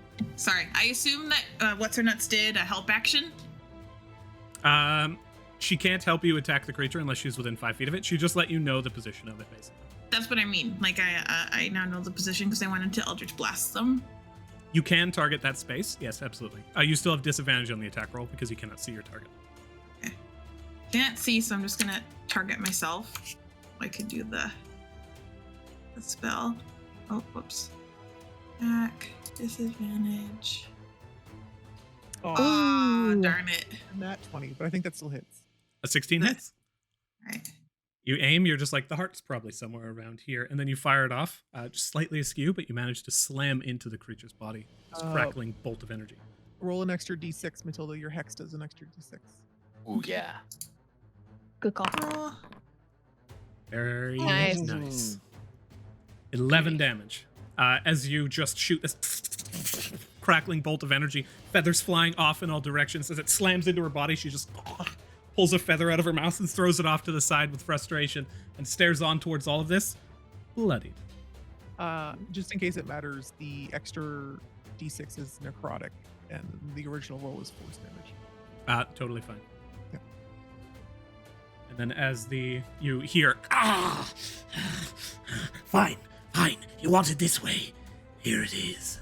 with her desperation maneuver having hit bloodied, I need everybody who is currently on the other side of the where the lanterns were and these two spikes that are pointing inwards. I need you all to roll a dexterity saving throw. Who would that? Okay. That would be Matilda. You're just outside. Vincent, you're outside. I need Jojo, Killian, Oh, and the other I was creatures. thinking the opposite too. I got confused. dexterity saving throw. Inside the bounds of the Yeah. Yeah. opening? Indeed. Here, I can Ooh. actually do this as well. I can request this of you. Oh, I already rolled it. 17.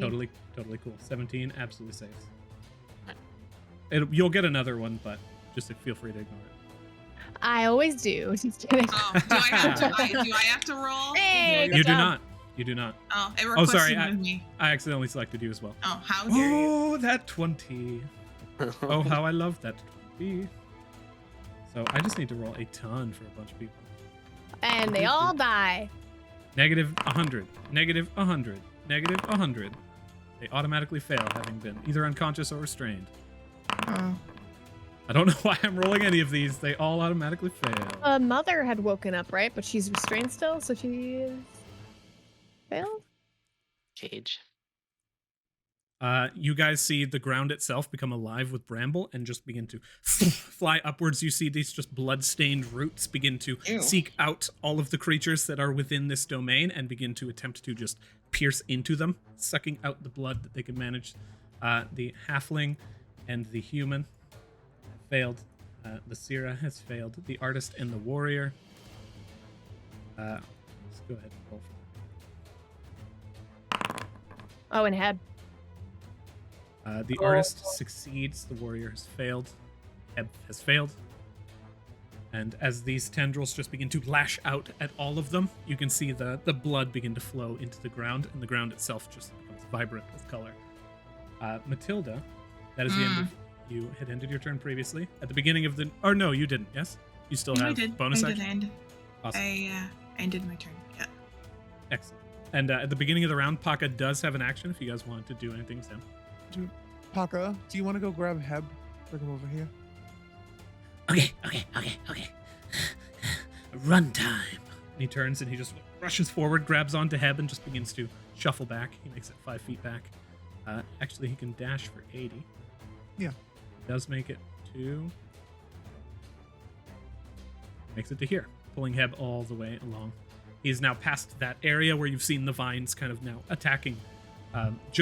Basically, all of you can now see this area. Those vines exist within the house and everywhere up to where Matilda is standing in a line. I will happily draw that line for you. Right there. Here's your safe zone. Paco grabs Heb and rushes back as the vines lash out, and the Sira is up. You. Oh, we can't hear you, Age. Can you hear me now? Yeah. Yep. She looks towards Jojo and says, You. Do you want to live? Try and kill me. Okay. what is your worst? Ooh. My worst nightmare. That is a very good Nightmare? question. JoJo's worst nightmare. I think it's failing to protect her family. I think it'd be like her siblings, like Elmira and Yuka and Ron and Rowena, all like dead at her feet. Roll a wisdom saving throw. Oh no.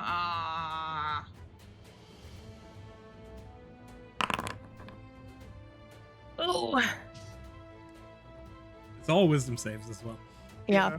She says, she stares towards you, and you just hear her voice begin to ring out in your ears as it tears into your mind, and the entire world around you just goes fisheye for a moment before whoop, you are brought back. You are at home, standing within the Lavender Cafe, holding onto your hammer, and as slowly you bring your eyes towards your own hand and up the shaft of the hammer, you see blood. Looking over, you can feel the rage in your body, the tenseness in your muscles, and as you stare at the ground at your feet, you see your little brother staring up towards you. Your sister in the distance, just chunks of their body caved in from the force of hammer blows. And Ron standing at the other end, looking towards you with blood pouring out of his mouth. He says, Jojo, why? Before he hits his knees and collapses to the ground. You are frightened and trapped within a world of your own nightmares. Oh, fuck. Oh, no. Okay, cool. Cool. Cool. You were not incapacitated, prone, and also angry, and also laughing. So, small blessings. Just Vincent. afraid. Does Jojo look bloody? Just to confirm. I'm sorry, She you is also take 4d10. I am.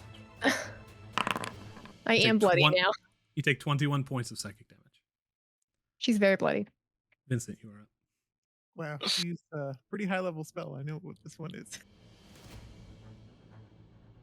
Vincent is up, right? She sees Jojo just kind of like zonks out and then just starts spitting out a bunch of blood, right? And just like sitting there reeling, right? Terrified. Yeah.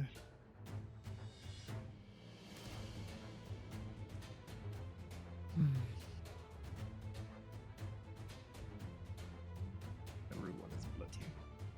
And the witch woman's on her last leg, right? She's really bad off.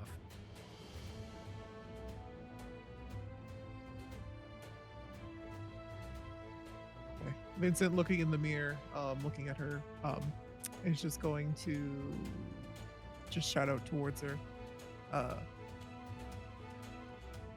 You know, two can to play at that game, and I need her to make a wisdom saving throw. Wisdom saving throw.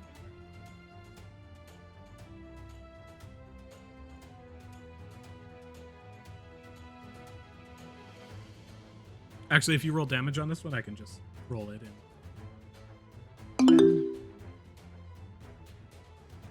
This is a spell effect. Doesn't matter. Perfect.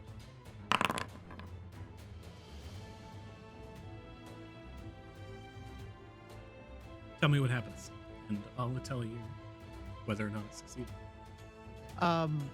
He yells out, two can play at this game, and in her head she hears like just whispers of, you're ugly, you'll never be good enough.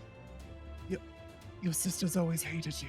Like just horrible, like reeling of like everything, the monster of who she was throughout her life. Sisters were right. She stands and like staring into, you can see her now like holding the cheeks of Jojo and just staring into her eyes. She just, Leave me alone. You're already gone. Stop it. and just like begins to just pull back from your face. You'll never amount to anything. Begins to call out aggressively in. No, stop it.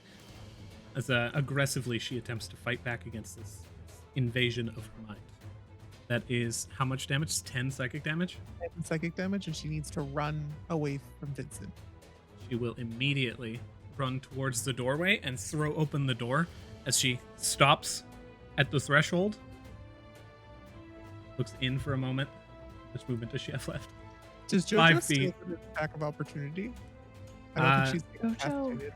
You are not yet. You're not incapacitated. You're just frightened. So you can attack back. You just have disadvantage. Basically, like as she moves away from you, you can see this faint visage of her face break off, and you see this like illusory form of her in the Lavender Cafe as she slowly begins to disappear from your view. She gets fainter and fainter, but you can attack. As she runs away, she's gonna take a swing.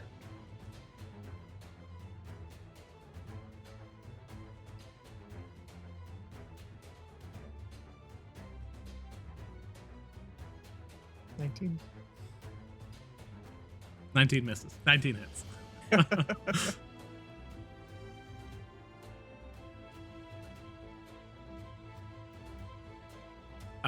Can't hear you. Oh, sorry, I forgot to push the talk. That wasn't with disadvantage. Does 13 still hit? 13 does not hit. Rough. Okay. As she begins to move, you find your hammer slam through the face of this invisible creature in front of you, but it just disperses with the wind as she manages to get away in the real world and turns and begins to run away. She hits the threshold of her home, opens the door, and begins to incant something over the doorway as she slowly steps forward. She literally crouches down to reach into her own home because she now cannot fit in its tiny, tiny little area. You can hear wooden furniture being just thrust aside. Yes. Is because it's her turn was before mine, and this was my turn. Is she going off She with her? She has to run away from you, yes? Yeah. Yes. So I was just saying that's what happened. Okay. She ran away. She got to the threshold of the door for her house. She waved her hands briefly and then entered it. Cool. I just wanted to make sure if she had an ability to do an action or something. No, this isn't. This is just part of her movement. Cool. Anything with the rest of your turn? Vincent's gonna look down at him. He used his action or everything, but passive perception, is he still breathing? He is bleeding. He is alive. Okay. He's no longer stable, basically. Then I'll have to end my turn. I can't medicine him on a bonus action. Alrighty, Jojo, you were up. Can I still see her? Did Did she close her door? She did not close the door. I'm frightened. What is your so I have passive perception? to away. My passive is, I think, 14? Yeah. You'd see 12. her. You can 12. see her. I guess I have to move to get out of sight of her, right? Yes. Or- The first thing you need to do is attempt to break line of sight. And Or if can you I can't, see her within the world of my sphere? narratively speaking, she's still there. You Okay. can still sense her location. If I just shift to the side, over here, I can't see her, right? Through the door, That or is correct. You Absolutely. can't move closer to the target though in the front. That's also true. Oh, okay. I just thought maybe ours was different because Killian went behind the house and had to go past her. She was Oh, she yeah. was up above me at the time. Yeah, Oh, okay. She was over here, I think. Okay, I'll just go back then. Hang on. This was where I was. And I have to use my whole movement, right? Yes. Anything at your disposal to get as far away as possible. I guess I just that was 25, right? Man, I really messed up my movement here. Can I go? Can I do I can just reset it for you. So you can make it there on the dash. Where were you originally? I think here? So you have currently gone 25 feet and one diagonal. Okay. So I can if I go I just go another bit. This would be, oh no, that's Paca's place. I'd have to use my action to move. I'll just get out of town. That Yeah. is 60. Yeah, okay. Running away, you can now make a wisdom saving throw. Actually, yes. Yeah, you do need to keep running. 13 wisdom saving throw. Let me actually double check something. You succeed. You are no longer frightened. Okay. As you reach the edge, you stop, and the illusory world around you begins to fade away, and you find yourself within this Fey realm once more. She's just tired and bleeding from the ears and nose. It's someone just kill her already. Working on it, darling. The artist begins to, he is going to rush around, try and get away from this individual. He will take an attack of opportunity against him. You see the fight just continue in this roaring fashion. With a 21 that hits, 4 piercing damage, tearing through the artist. And the artist is now also bloodied as he in circles around the other side and says, "You will not kill Lysira, the most beautiful creature I've ever laid eyes on. You will not make it to the distance." As he just, well, I've done better. Jojo. Actually, no. Vincent, no. Matilda. Wisdom saving throw, please. Okay. Yeah, I was gonna say that Vincent still looks like Lysira, so. Wizzy say do do do do do do. Okay, Matilda, do good. You can do it. Hey. Ah, very, very nice. You hear this just faint drolling tune move through your mind, and it, in one ear, out the other, passes by. And that is the end of the artists. You do realize who's in my party? Jojo runs by the human commoner's just like opens his eyes, sees the half-orc, and it's just like, ah! Begins to back up towards the stone wall, shuffling over 5 feet, kind of army crawling along the ground. No, it can't be. Not again. The bound warrior rushes after his quarry once more. Vincent, go ahead and make a persuasion check, contested by Lysira. She's inside the house though, but I guess it's just habit. It's just a mechanics thing. Because technically there's no rules for what's going on here. He continues attacking, just viciously assaulting the last person who was by a tree that he could. Nice. She told them to attack the brown-haired girl. So. That's true. But the persuasion still didn't hold. Yeah. Vincent still seems like that is Hotter, more persuasive. Vincent's a lot of things.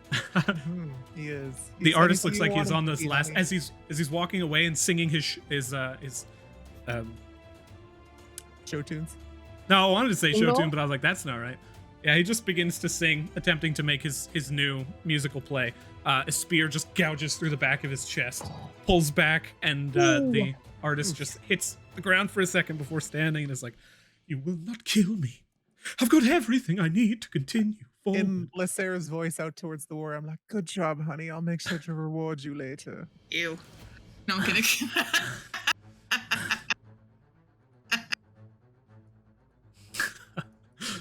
The elven commoner. This guy actually is giving me Lemiz vibes. Oh, that's hilarious. She moves back towards him and is just like, "Hello. It's fucked. But they seem to be the good ones right now, so." Oh, you guys do know Don't each fuck other. around. No, I don't. I just recognize someone who's as miserable as I am when I see them. Killian, you're up. All right. Is there a window in the back of this house? Ooh. Is there a window in the back of that house? Roll a d12. Oh, get it. You're still scared of her, though, right? Yeah, we well, can that's shoot her and part then of my follow like. Do I still see her and therefore need to run this turn, or is it like if I peek around, can I maybe get a If you sneaky know you shot can off? break line of sight, so like moving off to the side of the window, you're allowed to take a shot and then move. Gotcha. As long as Yep. you know that you could accomplish Okay. that. With a 9, there is a window where you are standing. It's not even a glass window, it's just open. Just a wooden frame. You see her crawling around this massive, just hideous figure within this house, throwing things, desperate, and you see her reach this tiny little trapdoor that she is slowly opening and wondering how she's going to make her way through. All right. I am going to pull my hand crossbow out from my belt. I'm gonna line it up, and then I'm gonna use my inspiration to negate my disadvantage. So it's just a flat roll. Nice. Yee. I guess I'll Well, target myself. So our inspiration is actually you re-roll the entire thing twice. So this would technically be Oh. 2 attack rolls with disadvantage. Oh, okay. Yeah, so you re-roll the entire roll, and it's any roll in the game. Okay. Which means you can also do that with advantage. I think 17 hits. You don't even need to use the inspiration. As she's circling, she opens up the tiny little trapdoor and begins to incant. Looks up towards you for a second and just locks eyes with you. Her eyes spin around in the sockets, and you see the white kind of like these thin membrane eyelids slowly close around them, slowly open once more, and as she stares at you, tell me what happens. I just say, "You're a terrible mother," and I fire. Hell yeah. Yeah. Get it. Ooh, 8. Does not matter.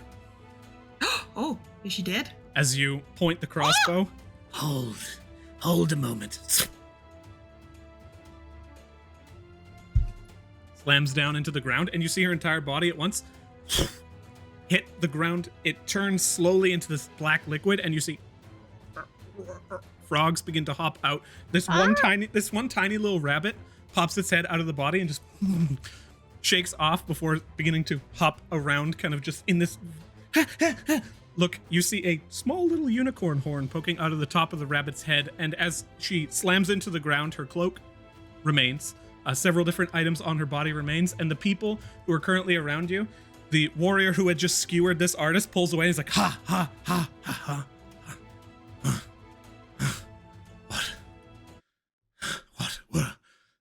Where am I? The human who is off to the side, who is now looking at everything going on, is like, I don't want anything to do with this. You hear a slow shuffling as Lysira McGurmick within the cage begins to, what is happening? Opens her eyes and looks about, and the artist is like, you will never manage to, what? I feel like I was onto something for a moment. And now it's gone. Put me back. Bring me back to the world of music. You there, stab me again. He moves towards the Dragonborn and is like, what? No. As all of these people slowly begin to return to their senses. Can Vincent lean down and do a medicine check on Heb if we're out of combat? Yes, absolutely. Go ahead and roll medicine. And all of you have free reign of the area right now, as the magical frighten that seems to have been holding you and gripping you lessens, and you feel your shoulders lighten. Matilda, this isn't really my specialty. Can you have a look at Heb? Okay. I cast light. You ignite a light upon yourself. Yeah. And as it begins to shine out, you can now see the area around you. This white celestial light pours around. The visage over Vincent. Oh. And I have to do a saving throw? No, don't worry about that. Alright. It's just so bright, you know. I need to refresh because I can't see still. I'll do a medicine check. Killian is trapped behind the house currently. Oh, I can check Can't move my icon. Thank you. You move off to the side, all- and you move off to the side, and as you do, looking around in the light that's being cast, taking a look towards the field of cabbages and lettuce that you see off to the side, each one has the face of a human upon it. You can see just this pulled look as though someone had taken thin membrane and pulled it over a human face, and that just flakes away into leafy greens. Gross. Okay. well, let's deal with this fiasco.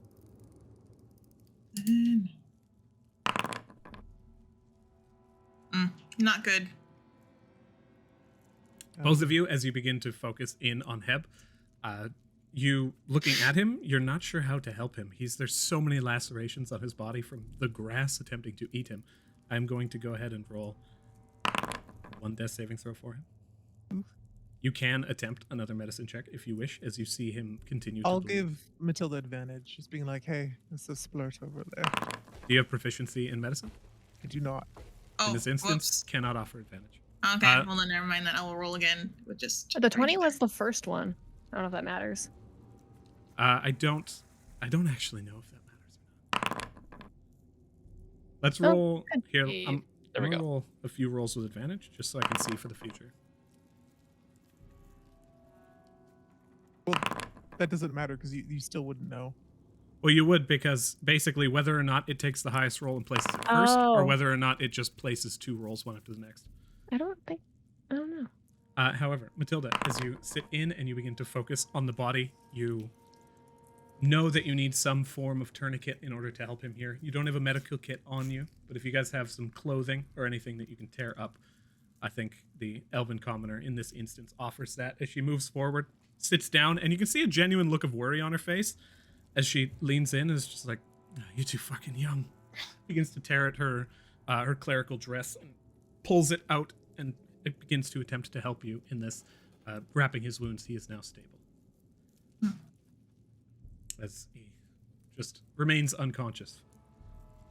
Is no Killian? longer bleeding out. How's everything in there? Did you deal with the issue we had? Or? Yeah. She turned into frogs and a rabbit, and Sounds about right.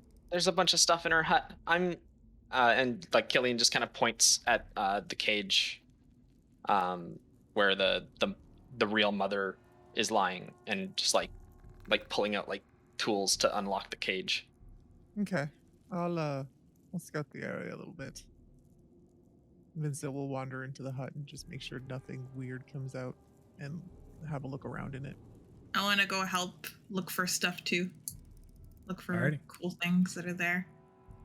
You guys can roll one with advantage, or both of you can roll a investigation check.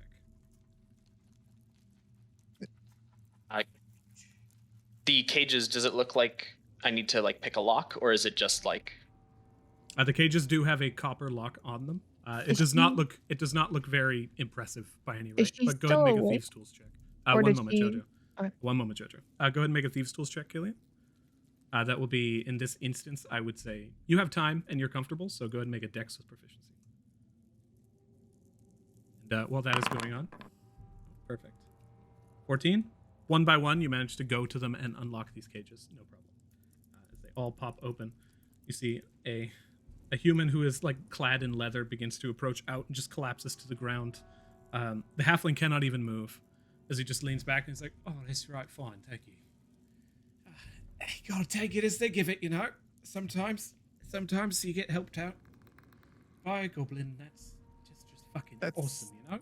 That's not the cage that Killian said that she wanted to do. One by one, they just Sounds like I was opening all of them. if Yeah. you wanted to. Yeah, I guess that was absolutely. my assumption. I wasn't leaving anyone behind. Perfect. The halfling cannot even move, and he's like, "Right, you changed my mind. Tell you what, goblins, are you okay in my books? Thank you." Just begins to lean forward and just falls back down. Lysira looks towards you and says, "What? Thank you." Just leans in and gives you a hug. Oh my goodness. I'm Where's gonna my get blood son? all over you. Where is my son? She just, like, blood covered on her front and just begins to slowly hobble over. Heb! Heb! As she begins to make her way through. I'll move with her and like kind of help her. Alrighty. And we'll do basically like we'll do 2 overlapping things at a time, and then we'll circle around to Jojo post that. But Vincent and Matilda, what was your investigation checks? I'll give Matilda advantage. Alrighty. The entire area around this home seems to be pretty straightforward as you're glancing around. There doesn't seem to be anything hidden away necessarily, just things that are placed around. It's very humble. However, you find as you open up cupboards, the cupboards go significantly deeper than they should. It's an impossible task. And as you reach in to attempt to find things, you see just body parts that have been severed and are decorated. You see pieces of rib cage that have been hanging off the top and are just ignited with this flame that dances perpetually on the inside, shedding light throughout the chamber. Ooh. It's just a hideous and gruesome interior of this home. And as you look around her body, you find a copper key, a iron key, which seems much more ornate than the copper one. You find several distinct items upon her body, including a wand with a red ruby in it, similar to the one actually that you had previously gained. Okay. It has the same kind of scribings within the inside of it. You find a stone on her person that is carved into the shape of a cat. Okay. And throughout the rest of the house, you don't find too much. Anything edible? That depends on your definition of that Well, statement. Mitra said she wanted me to eat her. So if there's anything in there that looks slightly edible. You can see there are the frogs and the rabbit that is kind of just like sitting in the corner and has pulled itself against the wall, is staring at you guys. I feel like I should eat that rabbit. What do you think, Mitra? Yes, eat the rabbit. I want the rabbit. And Are the you frogs. saying this out loud, or are you saying this in your head? Saying it out loud. Okay. I start to collect the frogs. Roll dexterity to see how many frogs you managed to collect here. As you Matilda? continue. Oh, go ahead. Yes.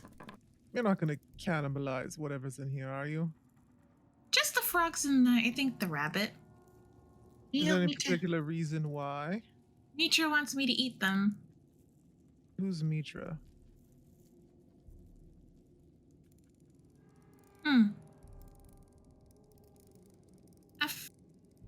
I wouldn't say friend. My insight check? Just to... Your passive picks up that she's not obscuring any information. She seems to be speaking what she's comfortable with knowing. She's a voice in my head. But yeah, I'm gonna just help me get the frogs and the rabbit. I'm gonna eat them. But anyway, we're set. Could I persuade you of any type to not do that? Just in case. I don't want you turning into whatever she was. Oh, no, I won't. Mitra just wants me to eat it. Well, I can't be assured of that. You're a human, and I'm... Have you ever dealt with one of these things before? I thought Lavos was the first person you were bound to. It's a little more complicated than that. I'm all ears. I don't think this is the proper place to talk about it. There's too many Fey ears around. Okay. That's fine, I guess. Just don't cause an inconvenience for the family, please. I I'll won't. walk This out. is not me saying no, it's just not right now. So maybe after we're out of here, we can talk about it. And Jojo.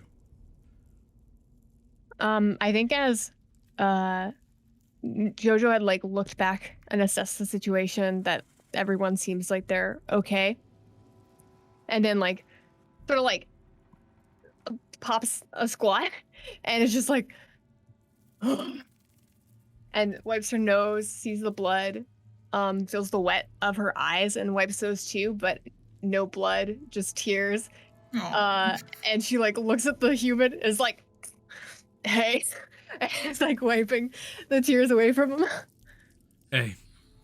And she just sits there, sort of rocked by that horrible vision she had.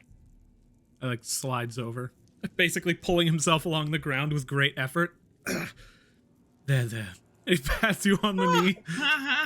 Thanks. Rough fight. Man, I fucking hate Faye. Yeah. I wouldn't know. I'm currently in a carnival. Ha ha ha. It was a little joke. He leans Tell back yourself whatever helps you out. Whatever helps you through it, buddy. Thanks. He begins to focus in on this. He places his hand on the ground and begins to run through it. And as he like places his fingers in the grass, he can hear like hee along the grass and just like nope. Yeah, she looks at him and just like no. Don't touch anything. Also, Meanwhile- don't eat anything again. Does there seem that like hatch that you mentioned before? I know. Did we see that when we were investigating the hut?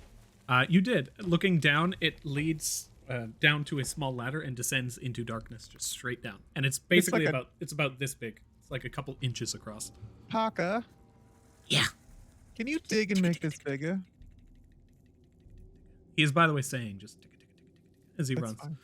He I'm makes his way expecting this through. from him. Yeah, it's just a little bit of time, but I could just pry up the boards and then just dig down. Yeah, get started on that. Okay. And just he takes his claws out and just begins to scratch aggressively at the edges as it tears like a little wood chipper. Is That'll everyone else probably be okay like up an here? hour. That might be a little too long. But this might be our way out, so he'll walk outside. Is everyone okay? In a sense.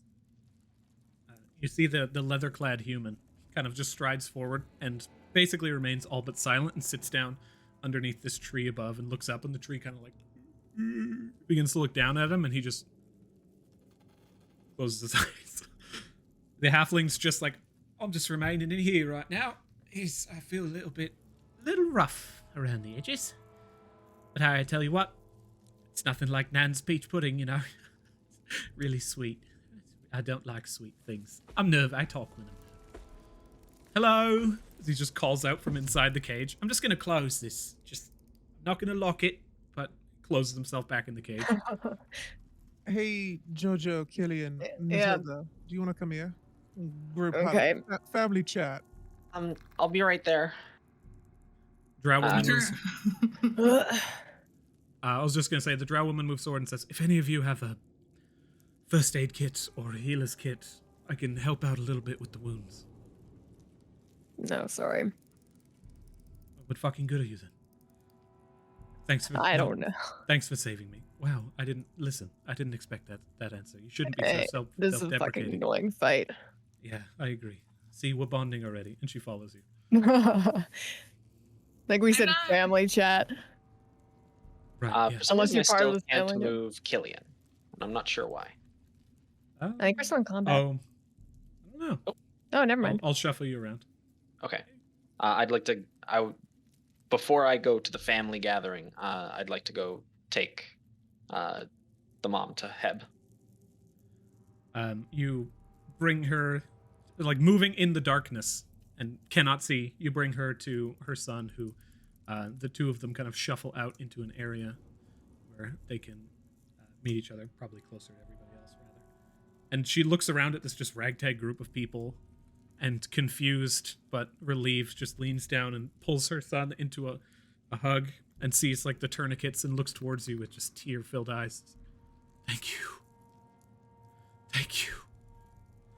Thank you. And she moves in as you hear. Off in the distance, a small baby begins to awaken.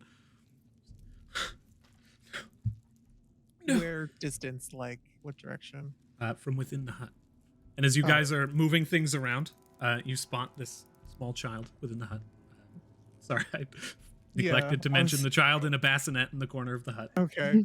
Uh, I think with Little bit Matilda important. talking about eating things in the hut, Vincent will go over and pick it up. Paka's like, Ah, that's a baby. Babies are creatures.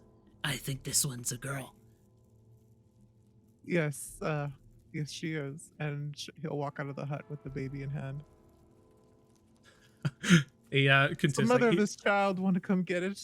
he sees the baby and is like, oh, and stops digging and starts to follow after you. And it's like, oh, right. Continues. The Lysira fucking runs forward, and as she like lurches in, seeing all of you, she just reaches calmly in and scoops up her baby, beginning to. It's okay. Slowly taking the baby back to Heb as she just falls to her knees. She seemed fine. She's just woke up. Thank you. Thank you. Thank you. She just continues crying out this sentiment. She stares onwards. You towards can this mad road thank us she's all in. later. Just have a seat.